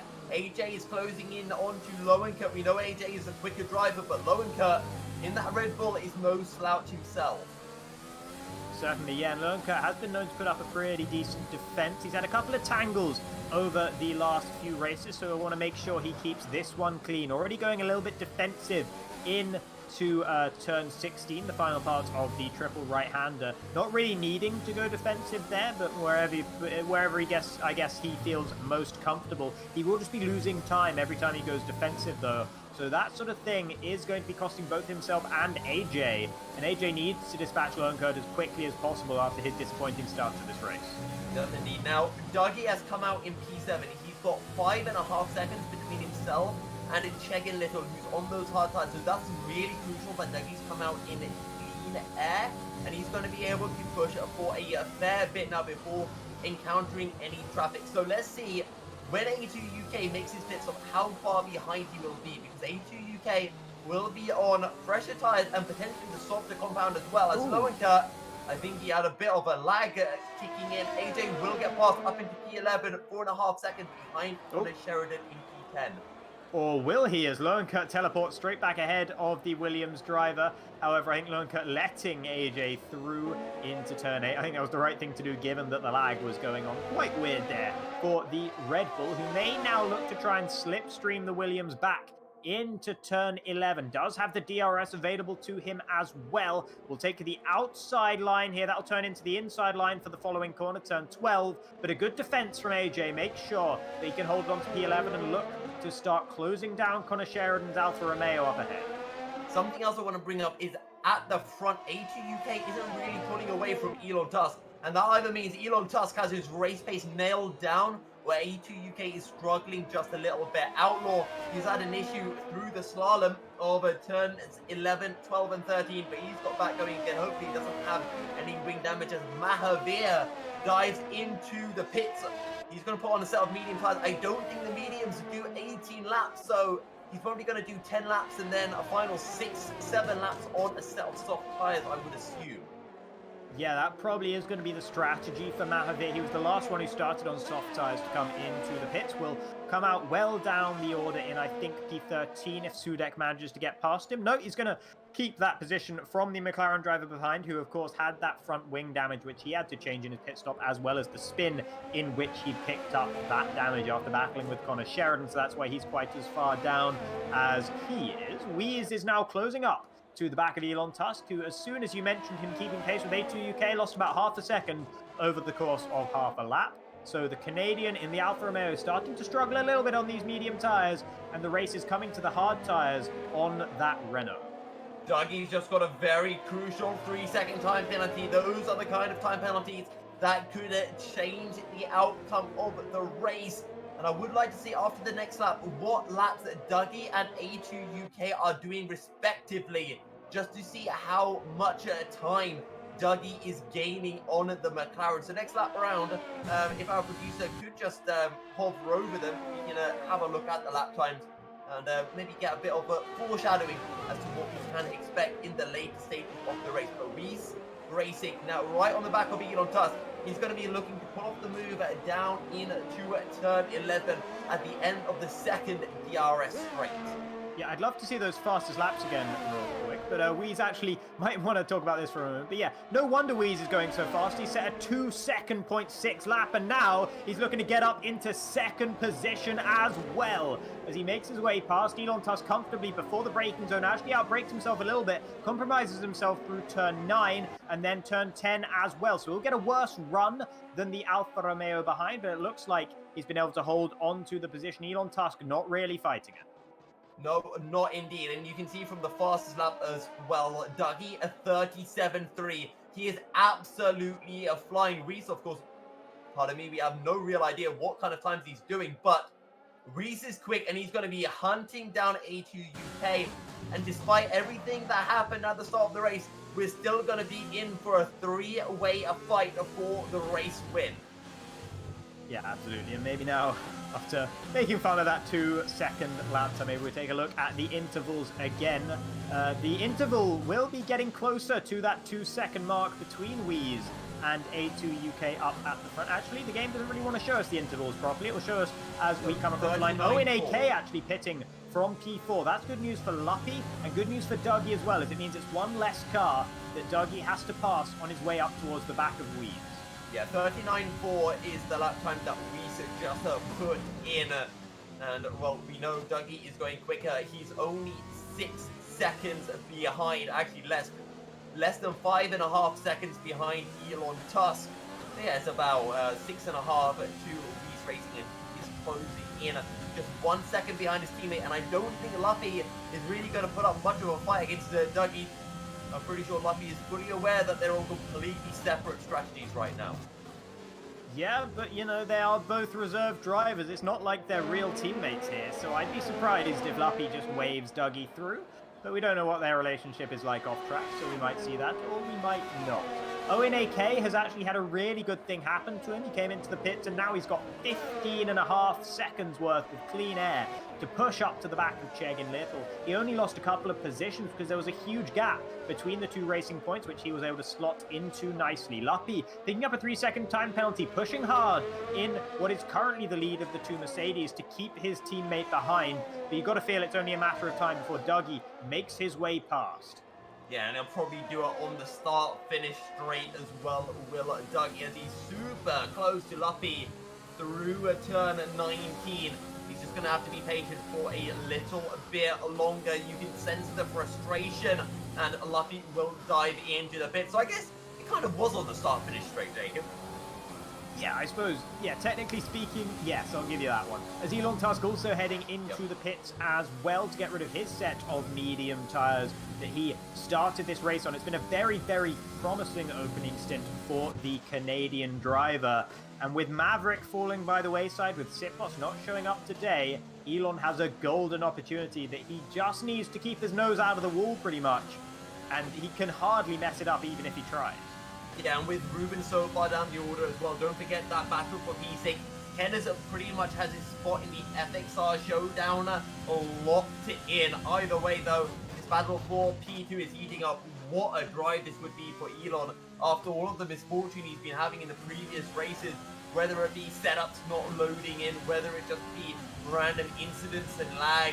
But Elon Tusk having an absolutely fantastic drive. But he's got Luffy only 8 seconds behind on a fresh set of mediums on the same strategy as Elon, actually slightly differently because Elon put on hard, so he's going to the end, whereas the Luffy thinks that his mediums can last those final 15 laps. Yeah, I mean, I'm very interested to see what A2 UK is going to do in the McLaren as well. His pace is actually holding up pretty well in comparison to Wheeze behind, who's only closed that gap down by about a second since Wheeze was able to get past Elon Tusk. He's now starting to close it a little bit faster as those medium tyres on A2 UK's car are getting just that little bit older. But A2 UK stays out for another lap. I just wonder if he's planning to take these mediums very far into this race and then strapping on a set of softs for the final stint. It's going to be so tricky, and of course he can't put on another set of mediums because he's only been on the medium so far. I think it's going to be hards that go to the end, which means Reese Racing will only be 5 seconds behind with mediums. Don't forget though, Dougie Falcon, he's going to go another, I want to say, 6 laps, and then he's going to put on a set of soft tires. He's going to be hunting these guys down for a stadium finish here at Abu Dhabi. I said it was going to be a 3-way battle for the win, and it is shaping up to be that way. Yeah, absolutely. Wheeze now starting to muller that gap between himself and A2 UK. 4 seconds between these two guys, and when I spoke about them last, it was about 5.3. So Wheeze definitely closing up to the back of A2 UK. And if A2 UK was planning on going to the hard tyres, he should have pitted a lap or two ago. I don't know why he's still out there. He's now committed to half the race on this set of medium tyres, and they're definitely considerably slower than the hards that Wheeze is running behind him. So the only explanation for me is that he's planning on making it onto a set of soft tyres. But with the amount of time he's losing now on 13-lap-old mediums, that's going to be a very tall order indeed. Dougie also closing up pretty quickly to the back of Wheeze and to the back of A2 as well, as you were mentioning. So that is the 3-way battle, of course. Chegwin doing all right in P4 at the moment, though he will have to pit again as A2 UK does throw in the towel and elects to go into the pits to get rid of that set of medium tyres. Might have actually clipped the wall on the pit entry. I hope he didn't pick up front wing damage there, as he will not be able to change it in the pit stop. Let's see which tyres it's going to be. It's surely going to be the hards. And, yeah. There could be a variety of reasons as well for why A2 stayed out on the medium tyres. If he wasn't losing any time, then by all means, stay out on those mediums until you really start to feel them struggling. Because at the end of the day, the medium tyres are quicker than the hards, so get out as much life as you can before going out onto the hard. So it all depends on what his delta time was, what his telemetry was it telling the McLaren driver. But he comes out of the pits in a P4, and now he needs to push, because when Wheeze Racing comes out, he's going to be about 6 seconds behind and on a fresh set of mediums, hunting down that gap. And Dougie, he's on pretty fresh mediums anyway. So let's just keep an eye on that gap between Dougie and A2 UK, because currently it's at 15.5 seconds. Yeah, and it's a quite confusing pit lane system here. You do cut quite a bit of the circuit, but of course you have to, you can actually lose a lot of time in this pit lane because of the nature of the pit lane exit. It's actually really tricky to get right. And if you haven't practiced exiting the pit lane around here, which many of the drivers probably will not have done, you can lose a second or two at least in that part of the track, as Wheeze actually goes off through turn 16 into turn 17, turn 18 we go, and look how much this gap has just evaporated between the Renault. And it was just a moment ago that Wheeze was chasing down the race leader. Now he's the race leader and he's getting hunted himself. He decides he doesn't want to be easy meat and heads into the pit lane. after only 13 laps on that set of hards. So that's going to be mediums to the end for him. And Dougie, once again, takes the race lead. Okay, so Dougie has a few options right now. He can try to put in the lap of his life and then strap on a new set of medium tires to come out ahead of Weiss Racing and hunt down A2 UK. That's one option. His second option is to stay out, you know, take the hit with slightly older medium tires, and then when he pits onto soft tires, he'll come out about 3 seconds maybe at most behind Weiss Racing, and then he can hunt the pair down. Look at the gap between A2 UK and Weiss Racing. It has closed down, which means Weiss on his old medium tires was actually going quicker than A2 UK on his outlap on those hard tires. So that is fantastic. That's a fantastic in-lap from Weiss Racing, despite the mistake that he did make. Yeah, 3.5 seconds between them at the moment. Weiss will want that gap to come down pretty quickly. And as long as, if you're Dougie, as long as A2 is going slower than you, you don't really have any reason to come into the pits, because A2 is going to be holding up Weiss. So either Weiss gets past A2 UK and then you pit, or A2 UK starts to close down the gap to you and then you pit. And actually, that might be what's happening right now. I'm not sure if Dougie made a mistake somewhere out there. The gap did start to shrink just a little bit, but of course, it will, there will be some permutations in that gap. It will rise and fall and ebb and flow just a little bit. But at the moment, Dougie's still looking stronger than A2 UK on those 6-lap-old mediums compared to the fresh hards on the McLaren. And actually, I just want to bring up one final thing before someone in the chat realizes and calls me out on it. Dougie has a third option. We saw A2 UK do 16 or was it 15 laps on the medium tires. Those were medium tires that he qualified on, which means you can do at least 16 laps on fresh medium tires. Dougie Falcons could go to the end of the race on the medium tires he currently has strapped on. Yeah, I mean, it would be what, an 18-lap stint? It would be a hell of a stint, and I think he'd be losing a lot of time as Outlaw actually retires from the session. Looks like he might have lost it either in the pit lane exit or on the exit of turn 1, and that's a safety car, a full-blown safety car that pulled out. That is great news for Dougie. He's getting his half-price pit stop. Yeah, Dougie is in an absolutely fantastic position, and I actually think A2 UK and Weiss Racing, they just need to take the hit, especially A2. He just needs to come in the pits, put on a new set of soft tires, and just go to the end. I think he needs to take that risk. The only issue right now is if you go to soft tires, you're going to have to do about 11 laps on them. It's too many laps, I think. AJ's gone onto a set of softs down there in P10, but he's not got much to lose, considering he had podium pace here and has been beset by issues, which have seen him down the order at the moment. Connor Sheridan came into the pits as well.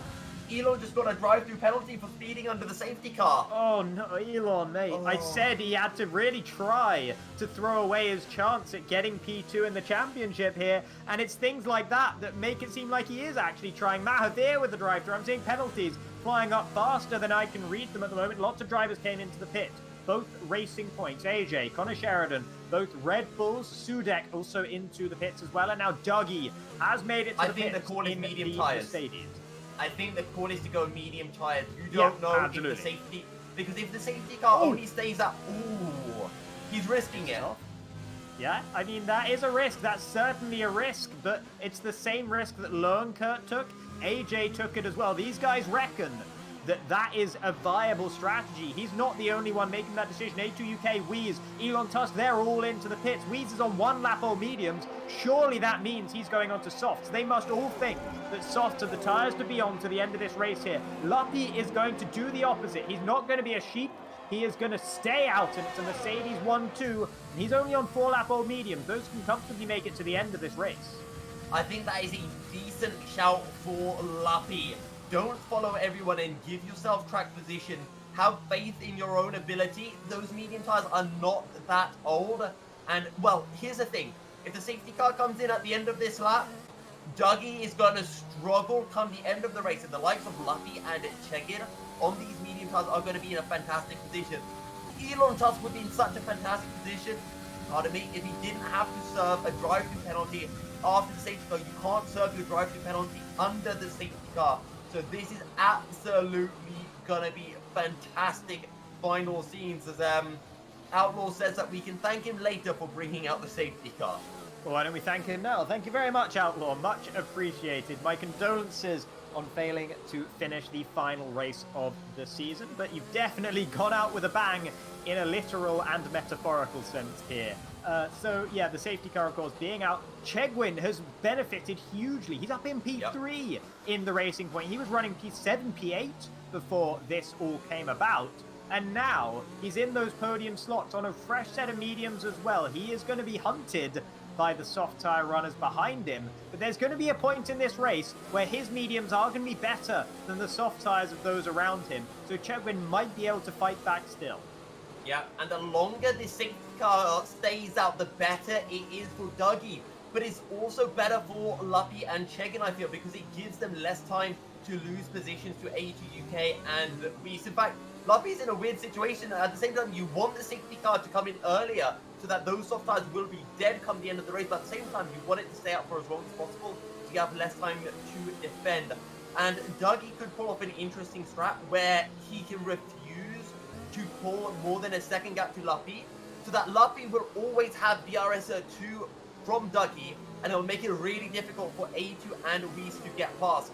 As Elon dives in the pit, so clearly you can serve your drive-through penalty behind the safety car, and he should come out just behind Connor Sheridan. I mean, clearly he's trying. Is he right? I mean, he can dive into the pits and they might service his car. No, he's stopped in the pit lane. They've put on soft, so... Yeah, I mean, he was going to be to the very back of the order anyway, right? So it makes sense to put on a set of softs. Looks like there was actually a front wing change there as well. Oh, so, that might be it. Yeah, so that's not great news for Elon, as Sudek now picks up a drive-through for speeding. But under the safety car, these guys are... I mean, look how far behind the snake they are as well. They are genuinely trying to catch up. But you've got to stay within the delta, everybody. Up at the front, it is the two Mercedes leading the way, followed by a pink Mercedes in P3. And then A2 UK in P4 on a set of softs as well. He needs to get past Luppy and Chegin as soon as he can when this safety car comes in. I know what you mean when you say there'll be fewer laps to defend for Luppy and Chegwin, and maybe they want the safety car to stay out for as long as possible, but, you know, it would have to stay out for an awful lot of laps for that to become a factor, I think. I think you just want it in as soon as possible so that those soft tires will be screaming enough by the end of this race, and it is just about going to do so. For every half lap even, that safety car stays out longer, the soft tire runners will be feeling better and better about their chances. Someone who's not going to be feeling too good about their chances, I regret to inform chat, is Connor Sheridan, who's on a fresh set of hards. And Sudek as well. They've gone for the counter strategy. They've gone for, well, I'm sorry, but the three-head play here. And maybe they didn't have any fresh softs or mediums. I'll give them the benefit of the doubt, but I think even a couple of lap old medium tires would have been the better shout in this situation. Does the safety car come in this lap? Because Lowenkert and Sudek haven't joined the field just yet. And they're about 10 seconds behind. This would be the kind of point where we'd get notified if the safety car's coming in. Outlaws left the session. I think it's staying out. Unless we already saw the note. Oh, no, there we go. Okay, late call, but safety car will be in this lap, and Sudek will just about reach the tail end of the field in time in that McLaren. So, let's see then, off the restart, what can the two Mercedes leading the way do? Can Dougie get the jump? Will he drag Luppy along with him, or will it be every man for himself here? And we really want to watch A2 UK, because he's on the fresh soft tyres, hunting down the medium tyre runners, as Chegwin has a bit of a moment with the rear end. Mahavir picks up a 5-second time penalty, but our eyes are on the lead as Luppy runs wide, and Chegwin is going to get a great run down the inside into turn 2. Luppy is struggling, and now he's going to be just a fish food for A2 UK. Wow. Weiss Racing, where was that from? Weiss up into P4, absolutely fantastic stuff from the Renault driver. I think Weiss was maybe diving up the inside of Luppy into the hairpin as well. Yeah, you can see just sticking his nose in there, compromising the exit for Luppy in P3, who had such a poor restart or through turn 1, just messing up on his own. No chance for Dougie to drag him along now, as it's Chegin Little up into P2. A2 UK trying to fight back on Weiss, who disrespected him through the opening sector of the lap. And A2 UK, in doing so, picks up a 3-second time penalty by cutting turn 8. And he's actually kept himself alongside Luppy, who spins out and into the wall. So the Mercedes driver, it goes bad to worse this lap, lap 20. Not his favorite lap of this race, and he's going to pull to the very back of the order. And that, I guess, gives a little bit of solace to the likes of Elon Tusk, who still has yet to serve his drive-through penalty. Meanwhile, A2UK still trying to fend off Wheeze Racing. But all this battling is helping out Chegwin, who's comfortably in P2 at the moment with over a second gap. As now Wheeze up the inside again. That is not an overtaking spot, but he's trying to make it one. A2UK holding on to the position for now as they come round to complete lap 20 of this race. And this, I think, has been my favorite lap of this race thus far. It's been my favorite lap as well, Jacob. It's probably been the best race as well. The safety cars have been huge and added that little extra spice to the race. It's added the salt and vinegar to the chips that you just need to have. And Reese now hunting down A2. Dougie is laughing as these two battle relentlessly. But don't forget, A2 UK and Dougie have 3-second time penalties, and Reese has none.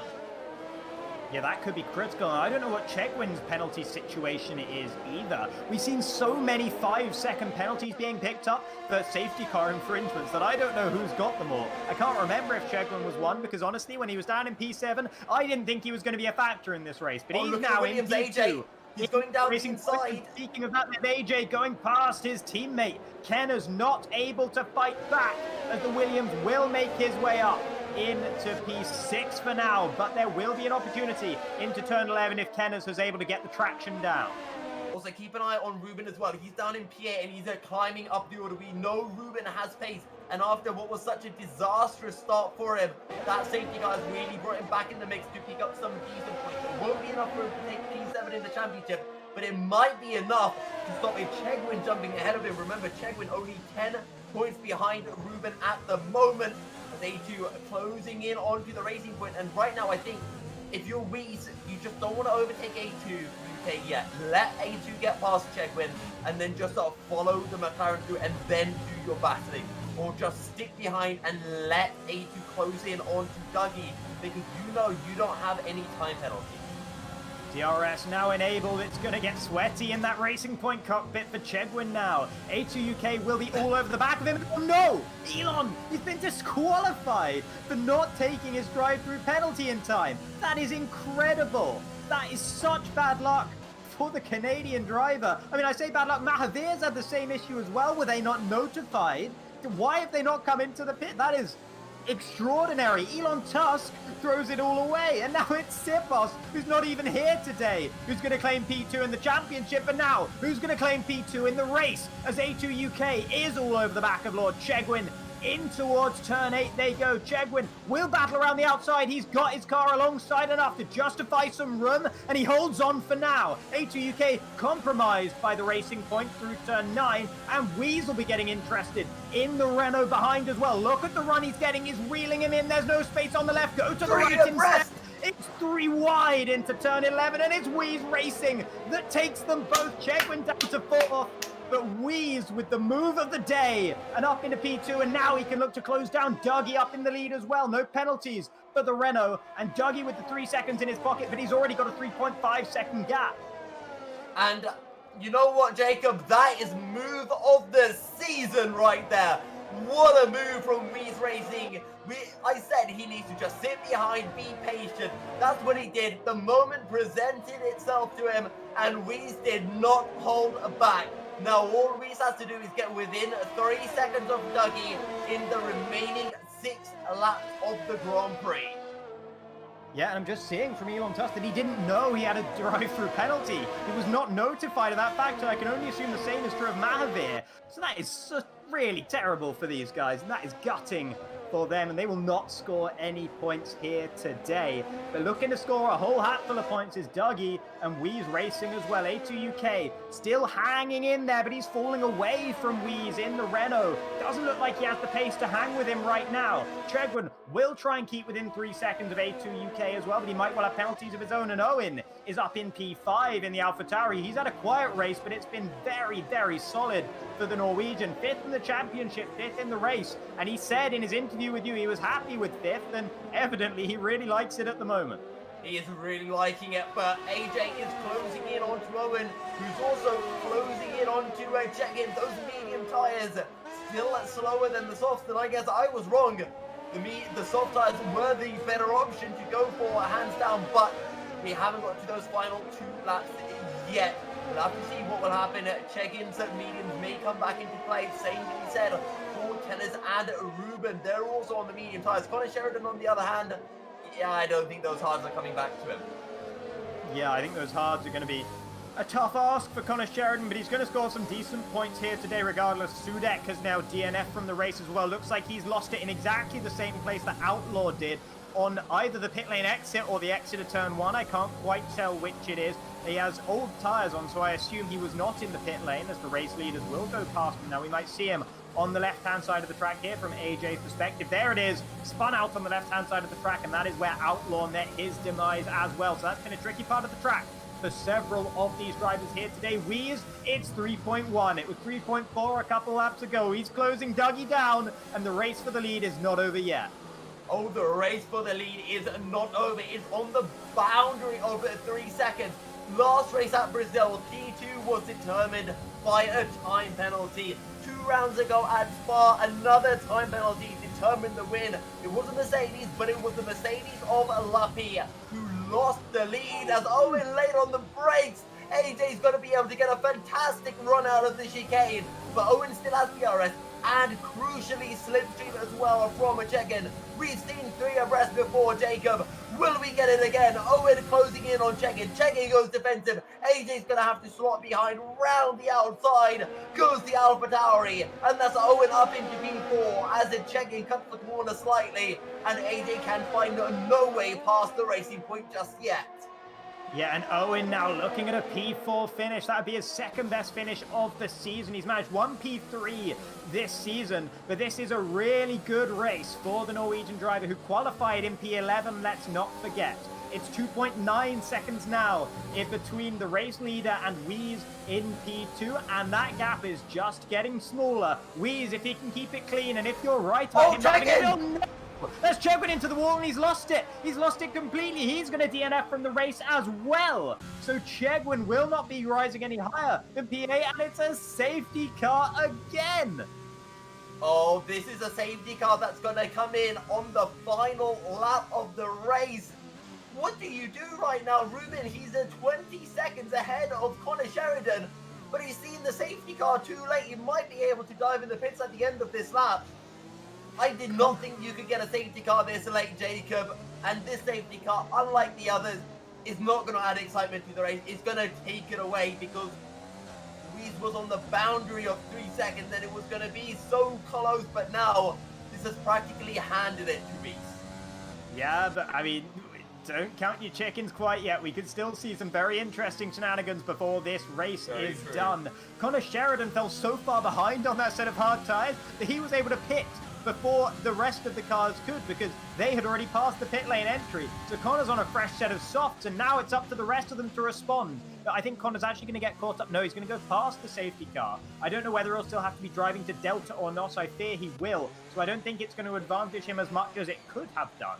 But maybe that was the decision-making behind the hards, was thinking there's going to be another safety car at some point, and I know exactly where I'm going to be on the circuit. Of course, very unlikely, but you never know. He's a very bright man, is the Irishman in the Alfa Romeo, currently sitting in P8 and looking like it can only get better. But yeah, the penalty situation, I've not kept track of it well enough. I'm going to be surprised when the race ends and we see the penalties come through, because I do not know what everyone has. We know that Dougie has 3, we know that A2UK has 3, we're pretty sure that Wheeze has 0. Owen, I'm not sure. AJ, I'm not sure. And yeah, there's a whole lot of stuff still left to be decided. Now, Ruben, if he doesn't come into the pits, he's inting. Yes. Oh, well, that's, I mean, he's come into the pits and he's still inting. That is, oh dear, yeah. Oh, Ruben, mate. Oh, Reed, you got to come away. This is, I don't want to watch this. It didn't disqualify him. You can get disqualified for blocking the pit entry. So, Kenneth and Ruben, they both knew they had such a big gap to Connor Sheridan, they can pull this off. Ruben, though, he might actually fall behind Connor Sheridan. And that is going to be big. However, Connor Sheridan has to stay below the Delta, so this will actually be somewhat tight between the Alfa Romeo and the Red Bull. But Ruben, putting on some entertainment value for us. Ruben, has he been released just yet? No. Just now, and I don't think he's going to be able to come out in front in time. And Ruben is going to be regretting that mistake massively. He'll definitely be regretting it even more when he realizes it was on stream. I know he told you he hadn't done much practice for today, but I don't think you just forget how to enter a pit lane. So yeah, Ruben, that's not a very good look for the South African. Not the best way to crown off what's been an otherwise very impressive season. The man who's come second twice, but he's always been a bridesmaid and never a bride so far. I have big news. Jacob. Reese apparently has a time penalty, which means Owen is the man who is technically leading the race right now. Oh, you don't tell me that. Owen, mate. Can he do it? But the gaps are going to expand. The gaps are going to expand when the safety... It depends. They've got 1 lap dash, right? When the safety car comes in. 2 laps. So I reckon Owen, he has a huge task on his hands here still. I believe this would be absolutely fantastic. The man is going to be delighted if he can take the win. He just needs to keep it on the circuit. Remember what Chegwin did. He binned it, he lost his wheel. Chegwin could have been in this position right now. Weeze 5-second penalty for a severe collision. Okay, that will get removed. However, Weiss now has a front wing damage, which is going to mean A2 UK and Owen have to get past Weiss as quickly as possible. Here we go. Okay, that can get removed as well. However, here we go. Safety car restart, Jacob. Yeah, that might just be a genuine corner cut from Owen. He might have thrown it all away. He had the opportunity to take his maiden win, and he might have. Kenneth is going down the inside of AJ into turn 1.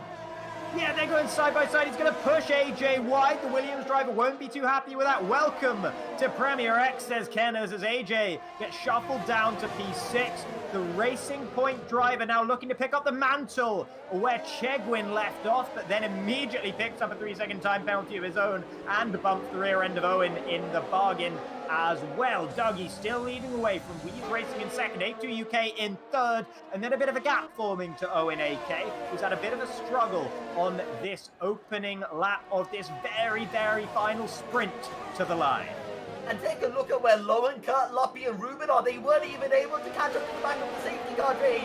As Kenneth has spun, I'm pretty sure he's dropped down the order. AJ back up into P5 and Owen. He's within a second of A2 UK, and there are so many penalties that can get removed at the end of this race. It's going to be crazy. Owen just needs Weason, A2 and Dougie to battle as hard as possible, because I am pretty sure that penalty will get removed at the end of the race.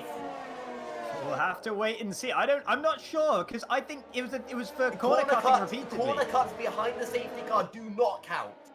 Okay, well, maybe, but we'll have to wait and see what that was.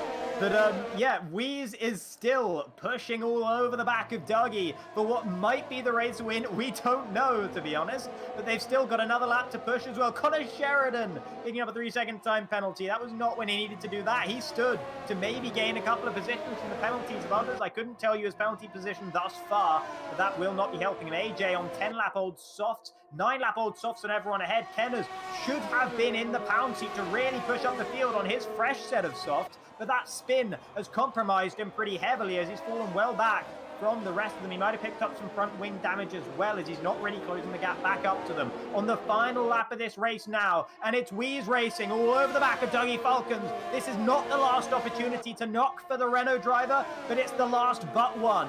Will he make the move into turn 8? Will he be patient and wait for turn 11? He thinks about it now, but he's going to wait. He's going to hold in behind the Mercedes driver and try and take him into turn 11, where there'll be no chance of a response from Dougie Falcons, who has looked like maybe the fastest guy here today, but Weeze has been matching him every step of the way. These two new boys to the league, and he's not close enough. There's no DRS, as you mentioned, and that might mean that Dougie Falcons can take home the win. Look how close Weeze is. Final lap of the race. My editing job's going to be easy. I don't need to cut anything out. Just upload the whole race. The final few corners now, Jacob. Oh, he's bumping him through the final couple of corners. He's pushed him wide, and that will mean that the opportunity is there for Weeze. Dougie cuts across the track, but he can't hold on to the position, and Weeze is up in a P1 now. And just like he stole pole position away at the very depths of qualifying, he's stolen the win away at the very end of the race. Weeze up towards the line. A bit of a quirk there for style, but across the line he comes and he takes it. A2 UK coming home in second, Owen in third, as Dougie had an extra penalty and falls down to 4th. Connor Sheridan with his best result of the season in P5. Ruben manages 6th. Kenner's falling down due to penalties. Same for AJ down in P8. Luffy will be disappointed with P9. And Lernkert is 50 seconds behind, so I'm not going to keep shouting until he comes across the line. But wow. I just want to point something out as well, Jacob. If that penalty gets removed and Owen takes the win, I think because Elon Tusk got disqualified, he gets no points. So actually, Owen will jump ahead of Elon. And I was talking to Elon in the interview saying it's practically impossible for you to lose it. There's no way Owen can win. And Owen might actually get it. I refuse to admit that Owen has not won the race until the admins tell me otherwise. I mean, my heart is telling me Owen might win the race, but my brain is telling me he might not. We'll have to wait and see. But either way, if it is Wheeze or if it's Owen, it's a well-deserved win. But Wheeze has definitely been the fastest driver here today alongside Dougie Falcons. As now Lernkert, who has emphatically not been the fastest driver here today, will come across the line in P10 and claim his points. Wow, oh my god, there is so much stuff to talk about. Lernkert second, God only knows how that has happened. Good job, Lernkert, your driver of the day. Well, I said he wasn't the fastest. I said he was emphatically not the fastest driver today, but evidently the game disagrees. But here is the actual fastest driver. Wheeze on the top step of the podium, and then it's put a Red Bull beside him. I don't think that's correct. That should be A2 UK in P2. I think Lernkert came second, that's why. I see. That makes a lot of sense. That's why it's put him driver of the day as well. So congratulations to Lernkert on his first podium of the season. But yeah, jokes aside, Owen with his second podium of the season at the very least, and maybe a win as well. Wheeze maybe taking his first win. And oh my god. I want to take a look at Race Director, because if Owen did not get another warning after that, so if we go Race Director, take a look at Owen. 4-3. Right, so if we go all the way down to the end, he got the warning behind the safety car, and that was it. But the thing is, the warning behind the safety car, you don't gain any advantage, but it's still a mistake that you make. It's not. It doesn't get added on. I'm pretty sure that if you get a penalty behind a safety car, you can get it rescinded. All right, well, we'll have to wait and see. I'd love to be able to bring you guys a live stewarding decision. I'm not sure that's going to be possible, but we'll see what we can do. Yeah, Lernkert, it's put him up there in P2. That's not correct. So, yeah, what a race this has been. Connor Sheridan, P5, massive shout out to him. He's been plugging away all season, starting P15 on the grid, and eventually, after so many different sets of tires, his time came when this final safety car of the race came out. And good stuff from him, and I wonder if he could have claimed even another position if he hadn't picked up that extra 3-second time penalty right at the end. Yeah, and Elon Tusk as well, hearts out, because if that didn't happen, if he didn't get that drive-through penalty, he would have been right up there. But with that said and done, we need a breather, Jacob. We'll be back in about 5 to 10 minutes time with the driver interviews and our season wrap-up. Don't go anywhere. We will be right back after this.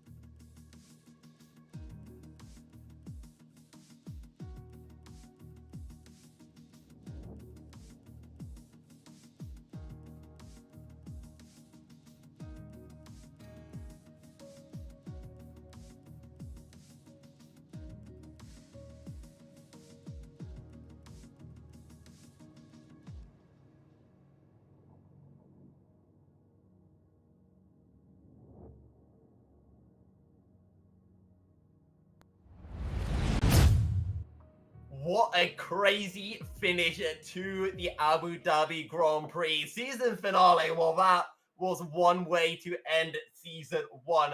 We are joined for our post-race interviews with our race winner, Weiss Racing P2 A2 UK and P3 Owen AK.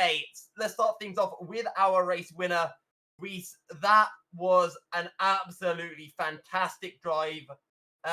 First off, let's start with that qualifying lap. That seemed to come almost from nowhere. What a lap. Yeah, that was an incredible lap. I still felt 2 or 3 tenths on the track, so it wasn't perfect, but good enough for both this time. And going straight into that race, the safety car came out. You know, so many drivers, they opted to stay out.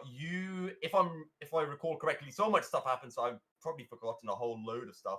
But you made the decision to pit, put on the hard tires, and it paid out really well for you.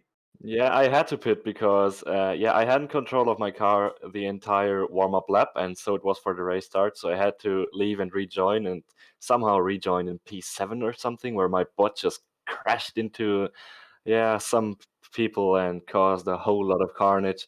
And then my front wing was damaged badly, so I had to pit anyways. And then I decided to go for the hard tire and just see what happens. And then went through the whole field and seized my chance in the last lap.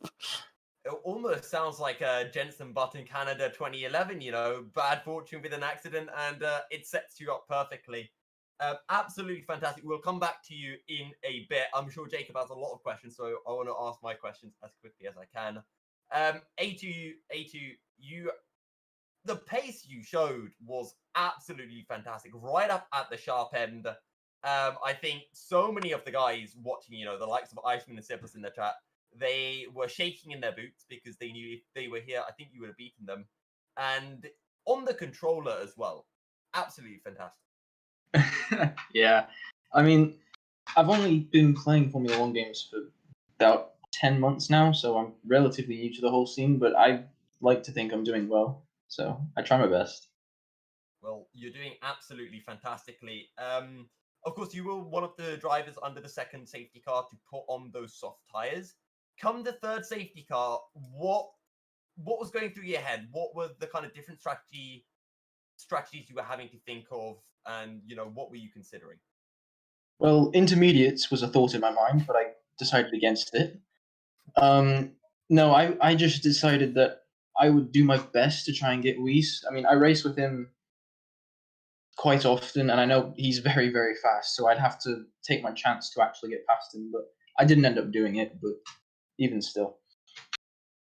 Fair enough. Well, absolutely fantastic to take P2. And then, honestly, I can't believe you're here, but Owen, what a drive! P3, your best result of the season. You must be absolutely delighted. Yeah, it's kind of hard to find words, honestly. I'm so tired. I was so sweaty the last lap for me. I don't expect exactly to be here. Owen, do you want to take a look in the Discord general chat for a second? Did I win? 3-second penalty has been removed. You are the race winner, Owen. Oh no! Did I? We've got the Max Verstappen moment with the Kimi Räikkönen. Max But I got a 5-second penalty in the first stint where my butt crashed, so that one could also be removed. And the second one was when, I don't know who was the leader. He suddenly slowed down and I just touched him a little and got another 5 seconds for it, so yeah. So yeah, I think it's still pretty up in the air, to be honest. I think we're still not sure who's won this race, to be honest. Yeah, but just think of it. My butt crashes and I get a 5-second penalty for it, so that's not fair. And then the last one, you can discuss about it, but if the first guy just slows down after a corner immediately, especially after a slow corner, that's just, not worth a 5-second penalty, although we didn't barely touch. Yeah, I think there's definitely arguments to be made. Yeah. The issue that may arise is, was it served in the game already? Because if it was, then sadly there's nothing you can do. As happened with No, it wasn't. So they added up in the end. So there's something you can do. Okay. So I guess people will have to be keeping an eye out on the Twitter, Formula X Racing, to find out what the final results will be when all of this mess, let's say, gets cleared up. However, Jacob, I know you're absolutely dying to ask some questions, so I'll throw it over to you. Yeah, thank you. So quickly, I'll start with Owen. So Owen, it seemed like you were basically the only driver who didn't have some kind of incident over the course of that race. Is that how it felt to you? Just sort of chugging around P5, P6, P7, always staying consistent. Yeah, I mean, my main objective every race is just to stay out of the incidents because that's where most of the points get gained, I feel, and yeah. Mm-hmm. Yeah, no, absolutely. And it definitely paid off for you in the end. And then A2UK, I mean, you seemed like after Q1, you had that sort of initial, really quite fast lap time at the very beginning of the session. And then others sort of seemed to struggle to match it a little bit. Were you feeling like you had a good chance of pole and then maybe the win at that point? I was, yeah. My second qualifying session, that was quite tragic in comparison to what I could have done. But going into Q3, I felt really good, and then I just managed to invalidate my last lap when I was up on my previous time. So, yeah. Yeah, absolutely. I saw that invalidation. And when you say you're up on your previous time, do you think you were up enough? Because it was a pretty big gap in the end to the guys up at the very front. I was up maybe 2.5, 3 tenths on my time with a sector to go, so maybe could have got close. I don't think I would have got pole, but I would have been close. All right, yeah, well, it would have been very, very interesting to see. I mean, it was very interesting to see regardless, and obviously he came pretty close to managing the race win as well, but not quite in the end. And then Wheeze, I mean, do you feel, Wheeze, that you were the fastest guy here today? Do you think you were the best driver here today? I'd love to hear what you have to think about that. Yeah, to be honest, I think so. As I already said, I had some time left on the track in quali and also in race. I went through the whole field with a different strategy and overtook many cars. And we went into, I don't know which car it was, 3 abreast, where I just took it around the outside and then eventually made it. So yeah, and I also overtook the leader in the end. So he was kind of lacking battery in the end, you know. And I saw his lights flashing and then decided to go down the inside, and he kind of just bugged or lagged, and then somehow he was off track, and then I was somehow found myself in the lead. So I would say, considering that I was in pole and overtook the whole field again, I would say that I was the quickest around today. Fair enough. Well, that's the sort of confidence you definitely like to see. And as far as I'm concerned, that's all the questions I have to ask, Yousuf.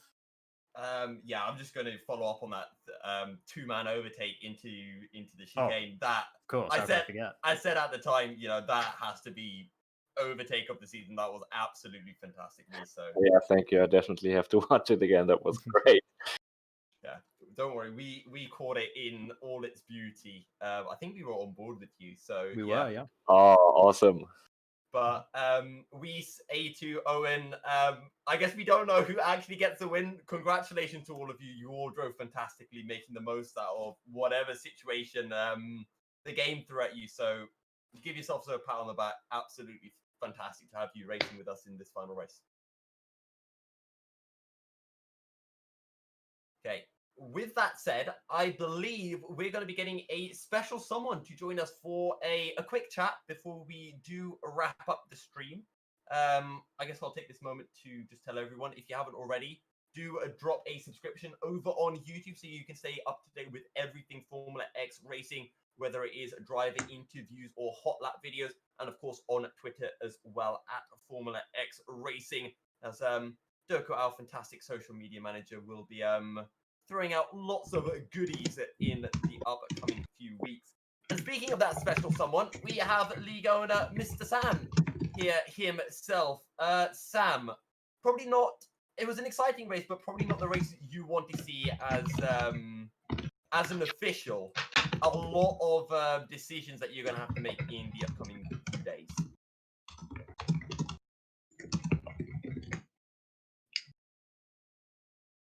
Sam, can you hear us? Hello, yeah, sorry, you're right.